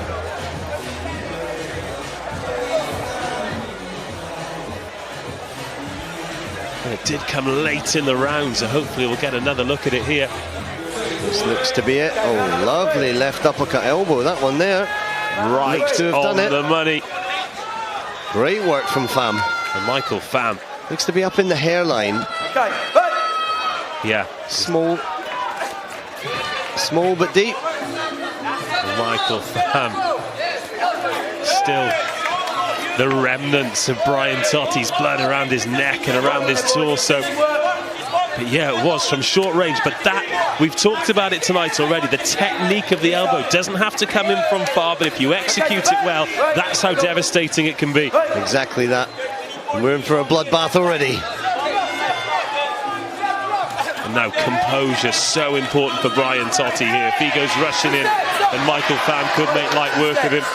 And that makes the job even more difficult. You said it in the first round. If you want to win that belt, you've got to come and take it. And now Brian Totti on the back foot, cut open, needs to come and take the fight to Michael Pham. Yeah, one cut's not the end of the world, but it's the way that you react from that. Sometimes having that cut bleeding all over yourself is really demoralizing, and it'll be interesting to see how Totti deals with that as he eats another right elbow, and there's blood all over the face of Pham, but I don't know if it's come from which man. That was really nice from Pham, though, wasn't it? Again, from short range. He's looking to let it go now. And he's actually leading with the elbows, Michael Pham. He senses a weakness there. He's able to get in range and throw them. Yep, a well-timed maneuver.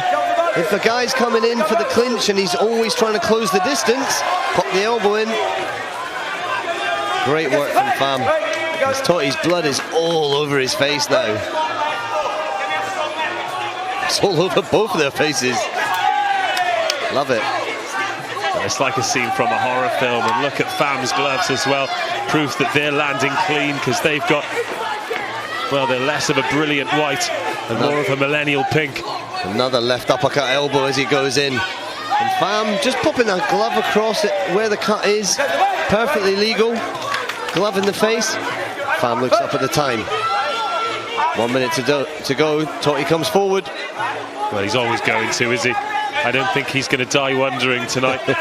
So you can see there's blood everywhere, but also Totti's vision is not impaired. He can still see. Referee keep a close eye on it, but oof, right elbow just missing.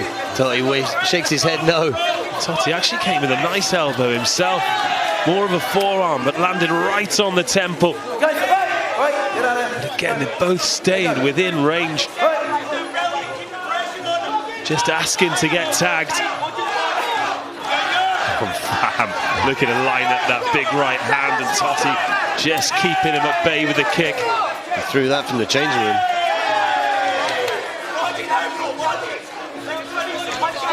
Totti more hesitant to come in now. Now he knows Pham's got those elbows. Interesting turn of events. Cutsman's going to go to work on that. Wonder if it's still just the one. Again, an action-packed third round.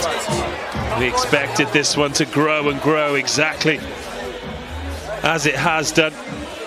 That cut slightly changed the dynamic of things, of course, makes everything seem a little bit more serious than it is when there's claret everywhere, but a lovely little sweep there from Pham. And he's looking more like a champion tonight. True. You can't win a fight on one cut like that unless it's a showstopper. But what you can do is that can give a man real confidence, and you can see that Michael Pham is growing and growing in confidence. Look at his work now. He's stepping in. He's the one pressing the action. He's stopping Totti coming into the clinch, and I think Totti's got a newfound respect for him there. Well, they patched him up and we're good to go for round 4. I'll be totally honest with you, Dave, they're not doing much of a clean-up job on Michael Pham, are they? They're both just covered in blood. Love it. And then we're back into the clinch. This is where Totti looked to impose himself in round 1, but straight away Pham looks busy. Got an accidental groin shot there, but have to carry on. Doesn't make a fuss about it. Totti's corner just saying, go forward, go forward. They know that's his style, they know that's where he can get success, but of course if you come forward, you're putting yourself within range, and Pham is feeling elbowy this evening.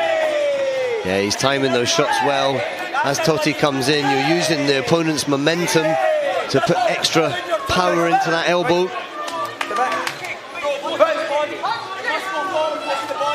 Bleeding seems to have calmed down a bit now.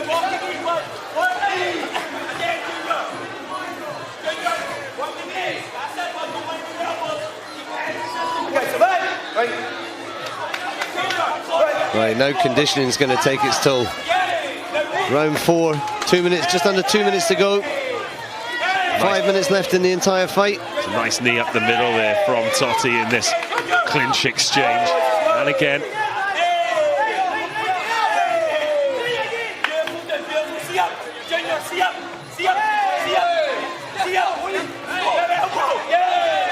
good right elbow there from Totti.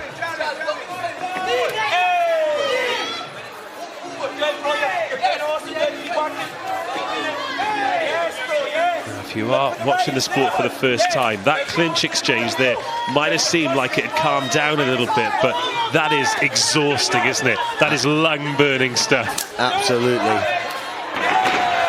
Lovely takedown there from Totti. Both men, mouths open. Final minute of this round.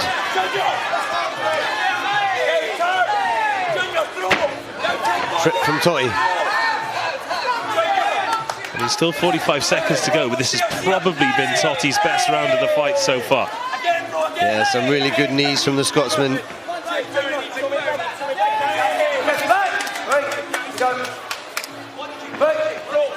Last 30 seconds.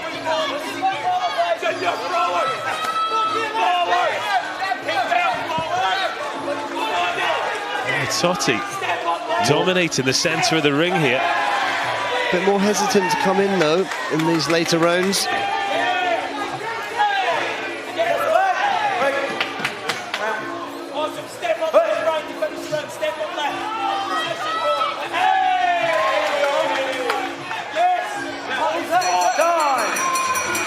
Bit of showmanship from both men at the end there. A big smile on the face, but that tees things up beautifully for the 5th and final round. As we saw earlier tonight, sometimes people can come alive in the 5th. Look at Carlton Liu. He had a second wind. Let's see who's got it tonight as we go into the replays. Just to recap some of the action from the last round. This was that one of a couple of long clinch exchanges there, and the scorers would have been keeping a really close eye on those. Yep, certainly. Very influential in the fight.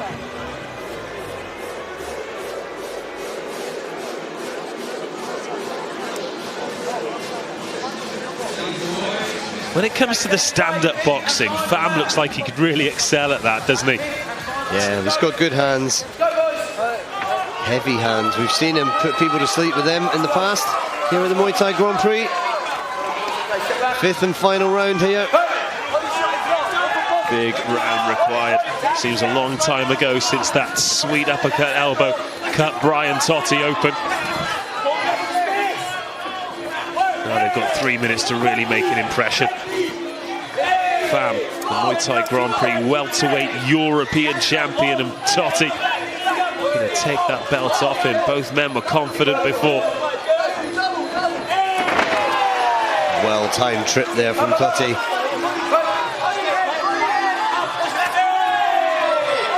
Pham favouring the boxing. Gets countered with a left body kick from Totti.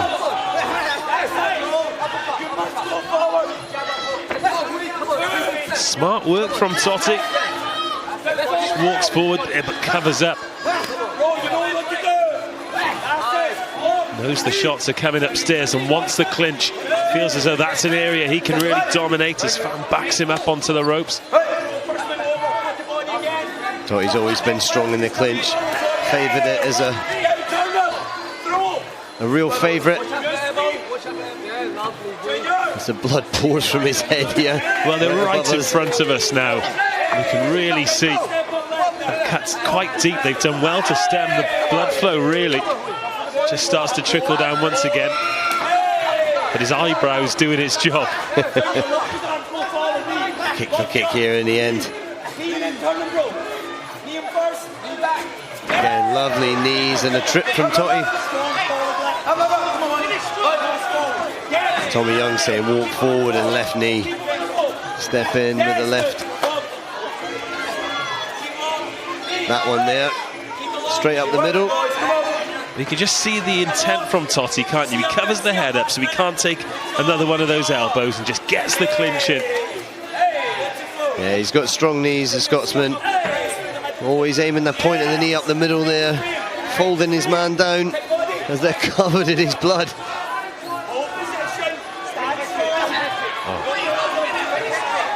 Final minute then, as they both exchange shots. You can see Brian Totti heaving his chest there. Both of these men will be feeling this. They're literally pink in there now. Oh, nice right hand from Totti there. Not spotted many of those, and he wants to finish with a strong clinch into the last 30 seconds. Big knees going in there.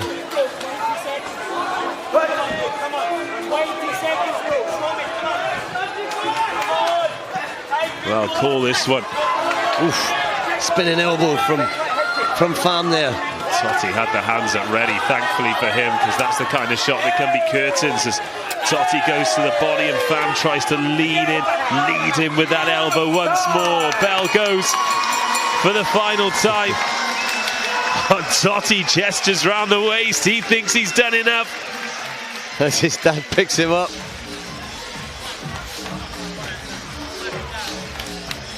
Well, we've seen some really interesting bouts this evening. Some pure Muay Thai. Tell you what, there's going to be some great photos of Brian Totti's face from tonight. Superb. So we see some highlights of the 5th and final round. Again, it worked for Totti, didn't it? When it became less of a stand-up bout and more of a clinch fest. We always knew Brian Totti would favour the clinch and try and push that action. And he did well to do so. With some brilliant throws that you're seeing now. Well, the belt has made its way into the ring. Who will be leaving with it?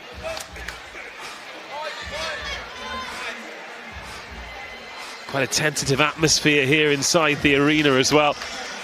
They're both in the middle. The belt's there with them. And Peter Lowe has the result. And ladies and gentlemen, a big round of applause for both of these men after 5 grueling rounds of action. And at the end of those 5 completed rounds, your ringside judges have reached a unanimous decision, all in favour of your winner and the new MTGP welterweight European champion, Brian Totti. Well, Totti does it. He rode the storm, survived the elbow, survived the cut, and he leaves with the strap around his waist. He is the new Muay Thai Grand Prix welterweight European champion. And Dave Fensom, goodness me, did he have to work for it. He did. We said it before. If you want to take someone's belt, you have to take the belt from them. And he came here to do a job. He wasn't fazed when he was covered in his own blood. He came here and he fought really hard for that belt. And what a deserved win that was. Fantastic performance from Brian Totti. Once again, ladies and gentlemen,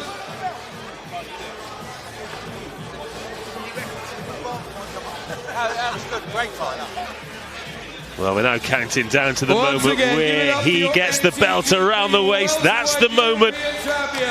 that he was visualizing all throughout training, all throughout those moments where he was fighting with the inner general in camp.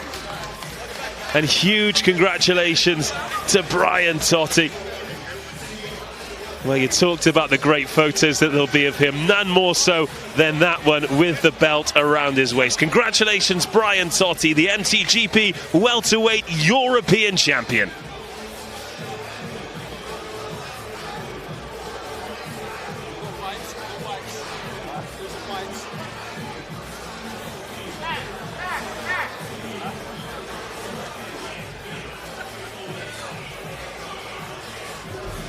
The final bout of the evening for the Muay Thai Grand Prix Super Middleweight World title. Michael Benatar and Dan Edwards. Benatar, a fantastic win in Paris a few weeks ago, but Dan Edwards on home soil, looking to continue his immense success at this level. 40 professional victories. Can he get one more to keep the World Championship? Michael Benatar versus Dan Edwards. Right, I'm fighting Michael Benatar for the super middleweight title. I saw his last fight on the Muay Thai Grand Prix. I think he'll be tough. I think he'll walk forward a lot, so I'll have to be on my game, move away, step off to the side, try and counter him a bit, I think. My game plan really is to try and nullify what he's doing, because I know he'll try and box me a bit, so I'll try and catch him on the way in on kicks. I prepare very, very hard. I never underestimate one fighter. Everyone can do special things. Motivation is the belt. Fight in another country in London, because for me, I know it's a Muay Thai country. So fight here, I know it's a good experience. Because we have good fighter in England, really good fighters. So fight here, if I win, and I know I can win, I have the ability to beat Dan Edwards. You will see a big show, because I really want to show what I can do. I want to express myself. I want to fight with 200% of me. You will see Michael Benatar very, very expressive, very aggressive, and motivated to do everything spectacular.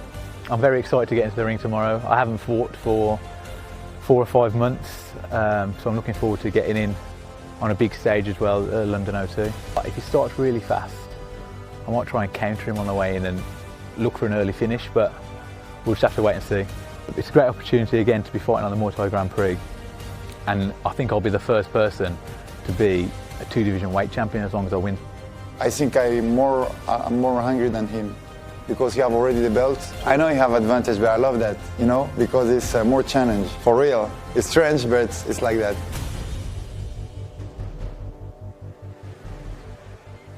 And now, ladies and gentlemen, it's time for our MTGP Super Middleweight World title fight. And so, please welcome firstly, the challenger to the black corner from France, Michael Benatar. It's legendary. Michael Benatar, a supremely confident challenger. He's had some great bouts over in Paris at Muay Thai Grand Prix France. You want to talk about confidence? Well, he won his last bout at Muay Thai Grand Prix 23 a couple of weeks ago. Before that at the Bataclan, he lost on a decision, and the look of abject shock on his face was something to truly behold. He is coming here this evening in the firm belief that he will be leaving as the MTGP Super Middleweight World Champion. The common myth is that we don't score the first round. But you've got exceptionally... And you're looking at him here, Dave Fensom, entering the ring. This is the away fighter. So we're scoring it all the time.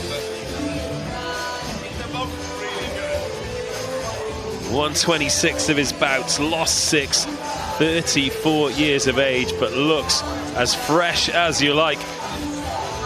Muay Thai Grand Prix returns to France soon. He'd love to take a world title belt and defend it out there. Michael Benatar. You didn't feel there was enough. If you didn't think it was enough, but just if you didn't think... And now, please welcome to the white corner, the reigning and defending super middleweight MTGP world champion from Birmingham, England, Dan Edwards.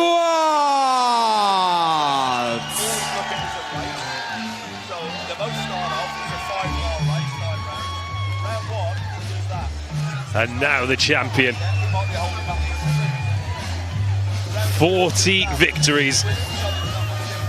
And anyone who's been on the Muay Thai Grand Prix journey is well aware of this man. Seasoned fighter. Whether it takes him 1 round or 5 rounds, so often he finds a way. And that's why he has that strap around his waist. The world champion, Dan Edwards. Dan Edwards!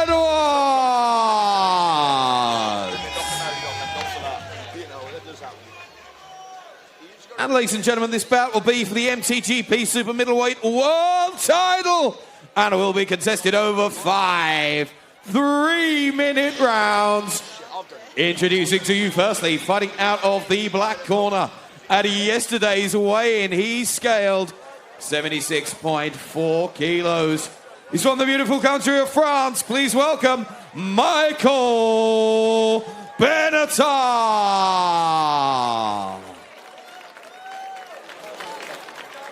And across the ring, fighting out of the white corner. At yesterday's weigh-in, he scaled 76.2 kilograms. He's the reigning and defending MTGP Super Middleweight World Champion, representing K-Star Legacy Gym in Birmingham, England. It's Dan Edwards.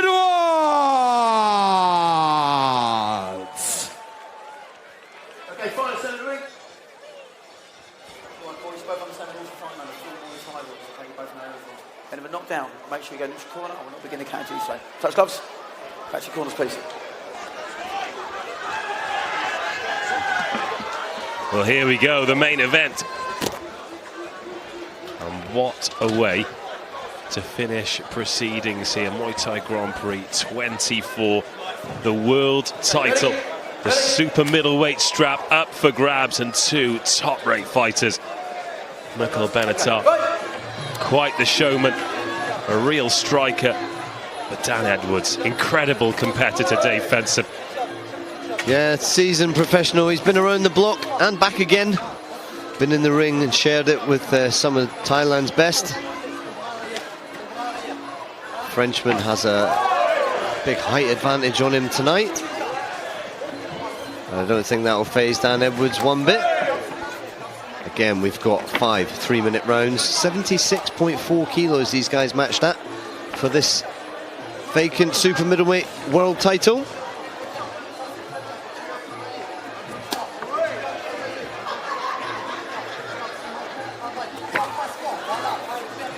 Edwards countering on the Frenchman's boxing with that kick up to the ribs.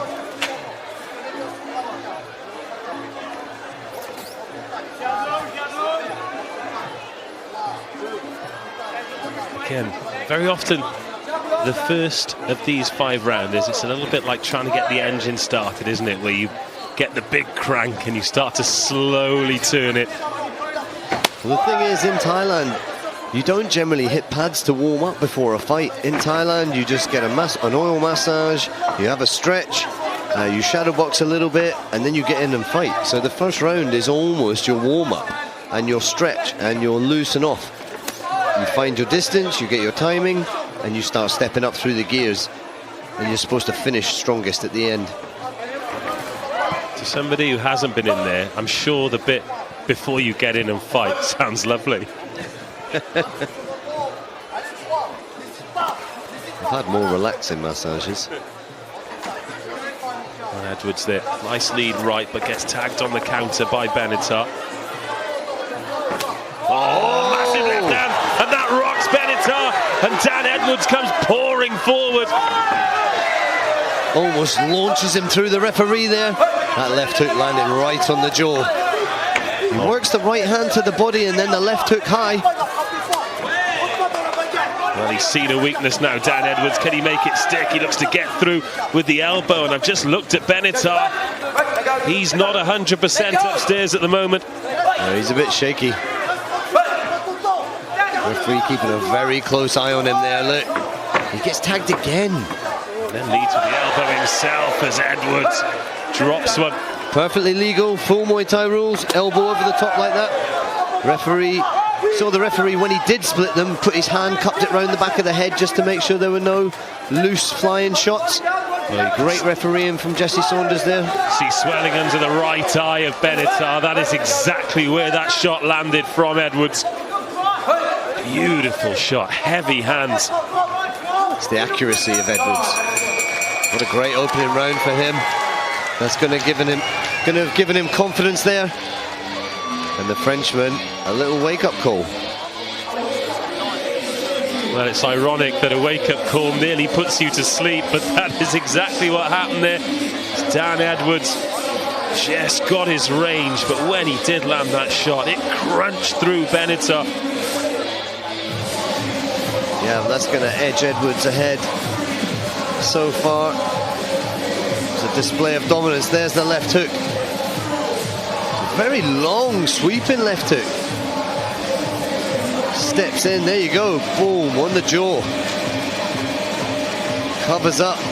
Takes an elbow on the top of the head. And then Edwards launches him through Jesse Saunders. It's like a game of bowling.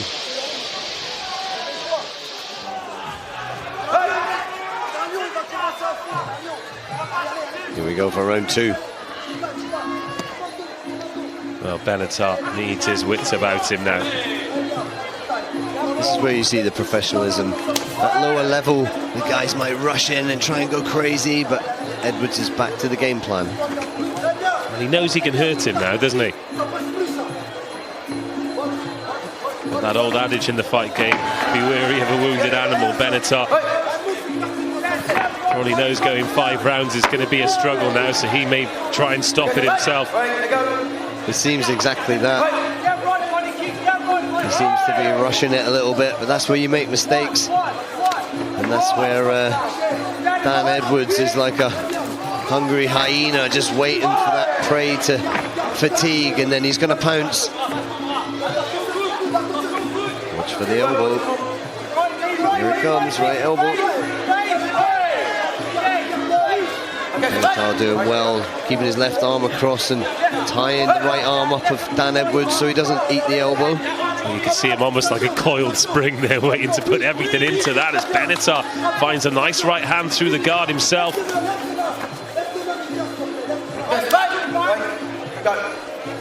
Edwards just covering the mouth and nose there, perfectly legal.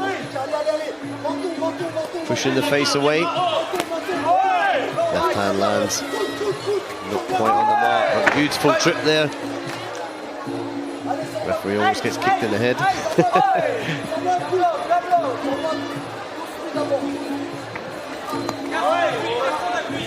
Again, you see Edwards counter the boxing with a kick across the ribs. Heavy left body shot there as well. Benatar, that'll slow him down. He came forward there. That brummy voice you can hear in the corner is none other than Damien Traynor. Very experienced fighter as well.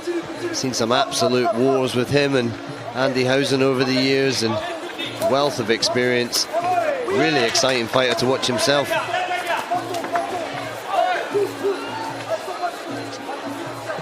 Better round from Benatar though. Shows the strength of character of the man, because he was nearly out on his feet there in round 1. Still throwing shots. He certainly recovered and managed to respond.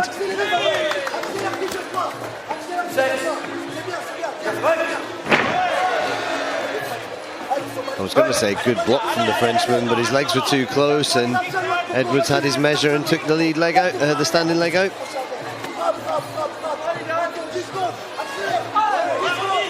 Sometimes you can tell a lot from the corners. In the French corner are frantically screaming at their man, while Damien Traynor is very calm and relaxed, shouts instruction when he needs it. He's not had to say anything for a little while. Tells you a lot about the way the fight's going.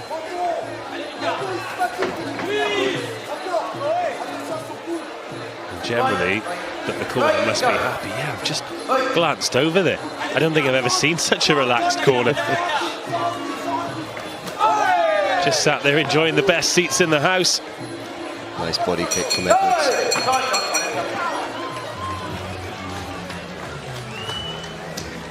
And another good round on the quest for the Muay Thai Grand Prix Super Middleweight World title. So Edwards perhaps in the ascendancy. Plenty of the fight to come, but massive credit to Benatar for the way he's responded after being tagged in round one. Yeah, definitely. He was rocked there for a second, and he's shown his professionalism there to ride that out, ride the storm and continue. Just doesn't seem to have the answer of what to do to battle Edwards at the moment. Lovely little sweep there. Edwards just has an answer for everything. You can tell how comfortable Edwards is as well. We saw one of the highlights just towards the end of that package there, where Benatar threw the kick to the body, and Edwards was like, yeah, I'll take this, wore it to the ribs, trapped the leg, and then threw the hands. He's just looks comfortable. Fast start from the Frenchman there. It was like a tap of gloves, and then I'm going to smash you in the face. Heavy hands going in from the Frenchman, but he's a little bit off balance when he throws sometimes. And I think that's really stopping him having full power on those shots. Okay, time back on. And also when Edwards threw that counter left, he was off balance. It looked like he was rocked. He wasn't rocked. But it's almost like if someone's off balance and you give them a little push, then they're going to take a step backwards. There's that left again. Oh, on the right coming through this time. Edwards starting to make hay. Two really clean shots. Frenchman holding on for a breather there, I think.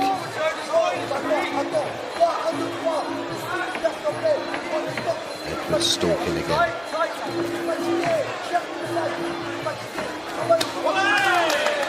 Big right coming from the Frenchman. That left hook found its mark again. It wasn't hard, it wasn't flush, it wasn't on point, but again it shows the dangers there.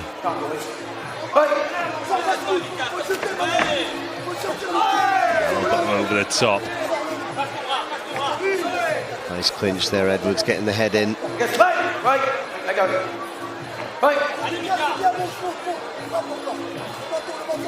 So here's a question for an expert then. In a bout like this, as that left hand lands again, it really is a go-to for Edwards. In terms of the clinch, would you say giving away a couple of inches is actually an advantage? I'd say there are different things to do in the clinch. If you're the taller man and you're leaning your weight down on a shorter man, if you do the technique, apply the technique correctly, you're going to tire the smaller man by putting all your weight on him. At the same time, a shorter man will use other techniques to try and counter that. So there are different ways. Like there, Dan Edwards is using his head, tucking it in under the chin of the taller man, setting his body nice and strong and low, and stopping him from putting his weight on, pushing his head up into the throat and the neck of the taller Frenchman. Edwards off target with the left that time as Benatar tries to respond with the elbow himself.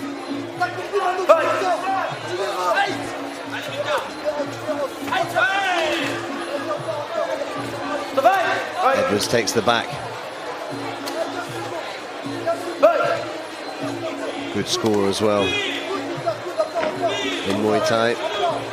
Showing dominance in the clinch, taking the back and kneeing. Making your opponent turn away. All of those things score really well. Show dominance. Again, nothing really exceptionally new there. It's just Edwards doing what he needs to do to win. Scoring intelligently. Countering with the body kick. There it is there. He waits for the hands to come in and counters.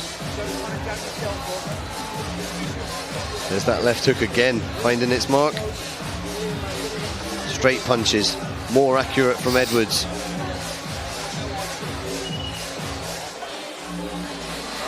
Trying to put that elbow to work as well. Yeah. Benatar has his hands straight up and down, his forearms straight up and down, so Edwards tried the jab through the middle, and then the right elbow came in vertical so that it could come straight through the forearms. Didn't quite get through. As we saw with Michael Pham, what happens when they do get through. Benatar, he's always keen to get a kick off, isn't he, as soon as he's called in by the referee. Yeah, Edwards smiled there, because he always looks like he's going to touch gloves, then he whacks you. Catch the fight. Right, let go. Come on. Each to their own. When the referee says fight, you be prepared to fight. Nothing says you have to touch gloves. Nice left hand there from Benatar, but Edwards straight back with a kick. Better shots from Benatar this time, though. Catch the fight. Right, let go. Let go, come on. He doesn't seem able to use any of those physical advantages he's got, does he? He's not using his range, Benatar.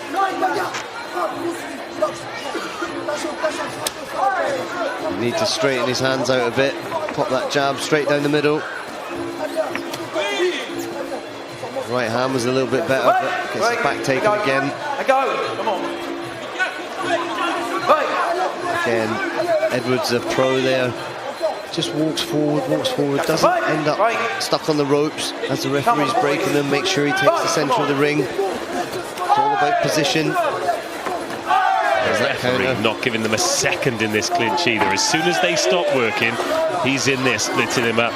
Oh, and they're exchanging shots here, and Benatar starting to look a little bit stronger in these exchanges. Finding the mark with those straight punches now. Edwards looking up at the clock. Still plenty of time to go, Dan. No rest just yet. Both now just starting to tire. Gets his back taken again, though. And he's splitting him up. Referee looking like he could deal with either of them if it came to it. Edwards looking a bit tired now. Mouth open, gasping for air. Frenchman looks like he's picking up a bit. I think he can smell fatigue. Let go, come on. Bit swelling around the right eye of Mikhail Benatar from those early shots that he took. And Dan Edwards totally off balance. He really looks like he could do with a breather. He's got 45 seconds of this round to survive. Capacity crowd here. Ooh, big hands from the O2. Benatar starting to sense a change as Benatar works the elbow in the clinch. This much better from Mikhail Benatar.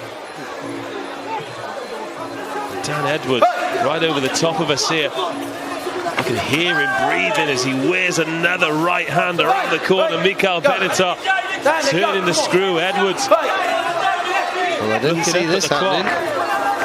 Edwards is absolutely blown. That was just fatigue that made him go down there. It wasn't a shot. And he wears a massive left hand from Benatar, and I think that left arm around the neck is all that's kept him on his feet as the bell goes. That was the shot of the match so far from Mikhail Benatar, right on the bell, and Dan Edwards is hanging on. Well, did we just see a turn in this fight? Absolutely. From about 90 seconds out, Dan Edwards looked like he was holding on. That's fatigue that's making him go down there. Whereas before, when he'd take the back when he goes under Benatar's arm, now he fell over. That one against the ropes too. But after he fell over, he's walked onto a left hook, and he's put his arm around Benatar. He looks to work the elbow there. Huge credit to Benatar. He has ridden the storm in round one. And Dan Edwards' chest is heaving. That was it. Left hook there. Right on the eye socket, the cheekbone. Benatar looks like he's got a lot more in the tank. Can he put it to work now? Edwards is not going to give him a second to work if he's got any sense. Well, even that kick to the legs just looked like it took so much out of Dan Edwards, who shakes his head and then lands a couple of jabs. Well, if Edwards is smart, he'll throw his shots and he'll go into the clinch. That's what I expect to see from Edwards. He sits on the outside, he's in danger with Benatar's hands going the way they are at the moment. Well, if he does go into the clinch, he needs to work because they're not giving any time to rest. He needs to get those knees going. And Benatar needs to keep it at range, just like this. Edwards just ducked out the way of that left hand.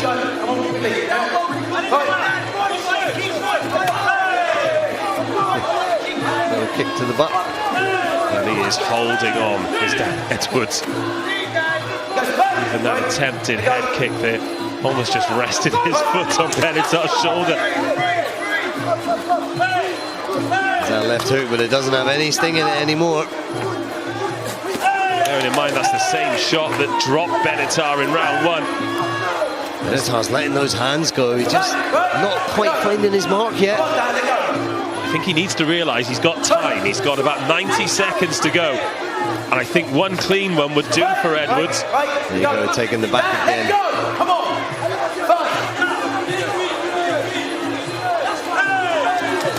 Oof, there's the hands. Straight 1-2 landing. As soon as they go into the clinch, keep your eye on Dan Edwards. He is looking at the referee. He's looking to get as many seconds as he can as Benatar with the lead left.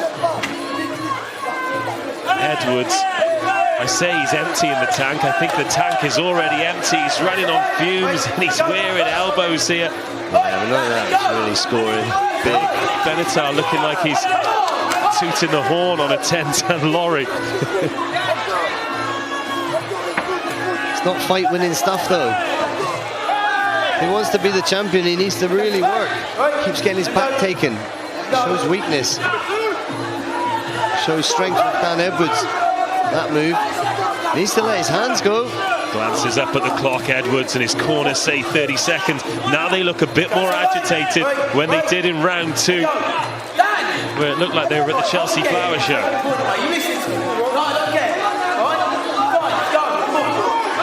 Edwards is tired. Well, he's got 15 seconds. And the Frenchman plant his feet and let the hands go. What's he waiting for? He's not going to get an invitation. What we are going to get is a final bell. Peter Lowe counts down the final seconds, and it's 5 rounds completed.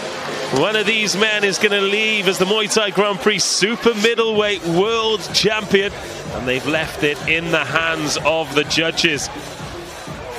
Well, Mikhail Benatar is doing some press-ups in the middle of the ring. I think Dan Edwards could do with a sit-down. Oh, no need to show off, Mikhail, come on.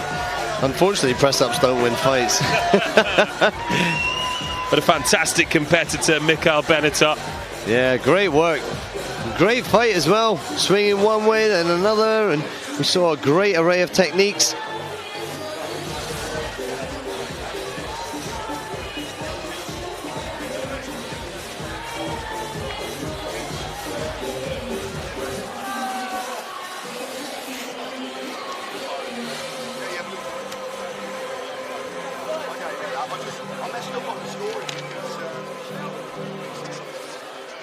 Well, it is time to go to Peter Lowe with the decision. Who is leaving as the world champion? And ladies and gentlemen, a big round of applause for both these men, please, after 5 hard-fought rounds of action.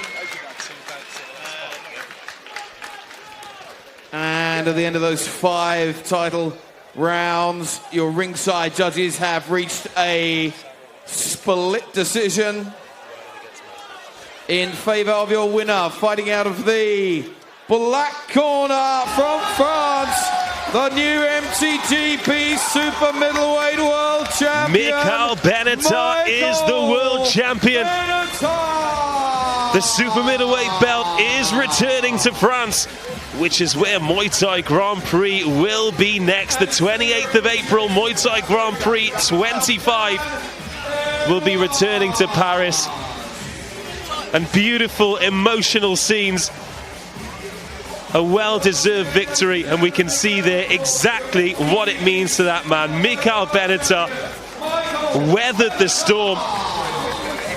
It seems a long time ago since he was dropped in round 1. But from then on in, he was absolutely superb. Dan Edwards is an incredible Muay Thai fighter. and he ground him down, he wore him out, and he's leaving with the ultimate prize. What a performance from that man. Superb performance, and it's a great demonstration for what we were talking about earlier. This is not a sprint, this is a marathon. You cannot go in and blast one round and think you're going to win a fight. He really had to dig deep here and earn that belt. It was great, and against a really seasoned pro in Dan Edwards. What a great name and scalp to have for him as well. I think he's going to live on that one for a little while. Well, Muay Thai Grand Prix has a new world star, and his name is Mikhail Benatar, the super middleweight world champion, and I for one cannot wait to see him defend that belt. Well, that is the end of the fight action here this evening as Mikhail Benatar makes his way past us. Let's have a chat about some of the best performances from the evening. First of all, Sarawut Promsud against Carlton Liu. Great to see a man with such experience here, Dave Fensham. What a lesson learned for Carlton Liu. Great bout. It was a fantastic fight with those two. It was a split decision to the tie, which shows just how close it was, but it was a real test for Carlton, and he came up trumps. He really had to dig in and fight to get through that fight, and I think he will learn more from that fight than probably any other fight he's had so far. Fantastic opposition, a seasoned veteran at 22 years old who's had like 100 fights. We saw a great array of techniques, some really heavy kicks. Well, I think that's one of the things that you can learn if you're new to the sport of Muay Thai, is that you're not protecting a zero. In your career, it's going to be a long-ranging career, all kinds of opponents, and you're going to lose bouts. So for Carlton to pick up a loss there, there's no shame in that. It was a wonderful fight and a great occasion here at Muay Thai Grand Prix. Then we moved into the title fights. For Muay Thai Grand Prix welterweight European title, we had Michael Pham as the champion, Brian Totti as the challenger, and this one gave us a little bit of everything. Oh, it was superb. We always knew it was going to be that clash of styles. Michael Pham's heavy hands and lightning fast head kicks versus Brian Totti's superior clinch and elbows. Ironically, it was Pham that cut Totti first with that massive elbow to the head, both totally covered in blood.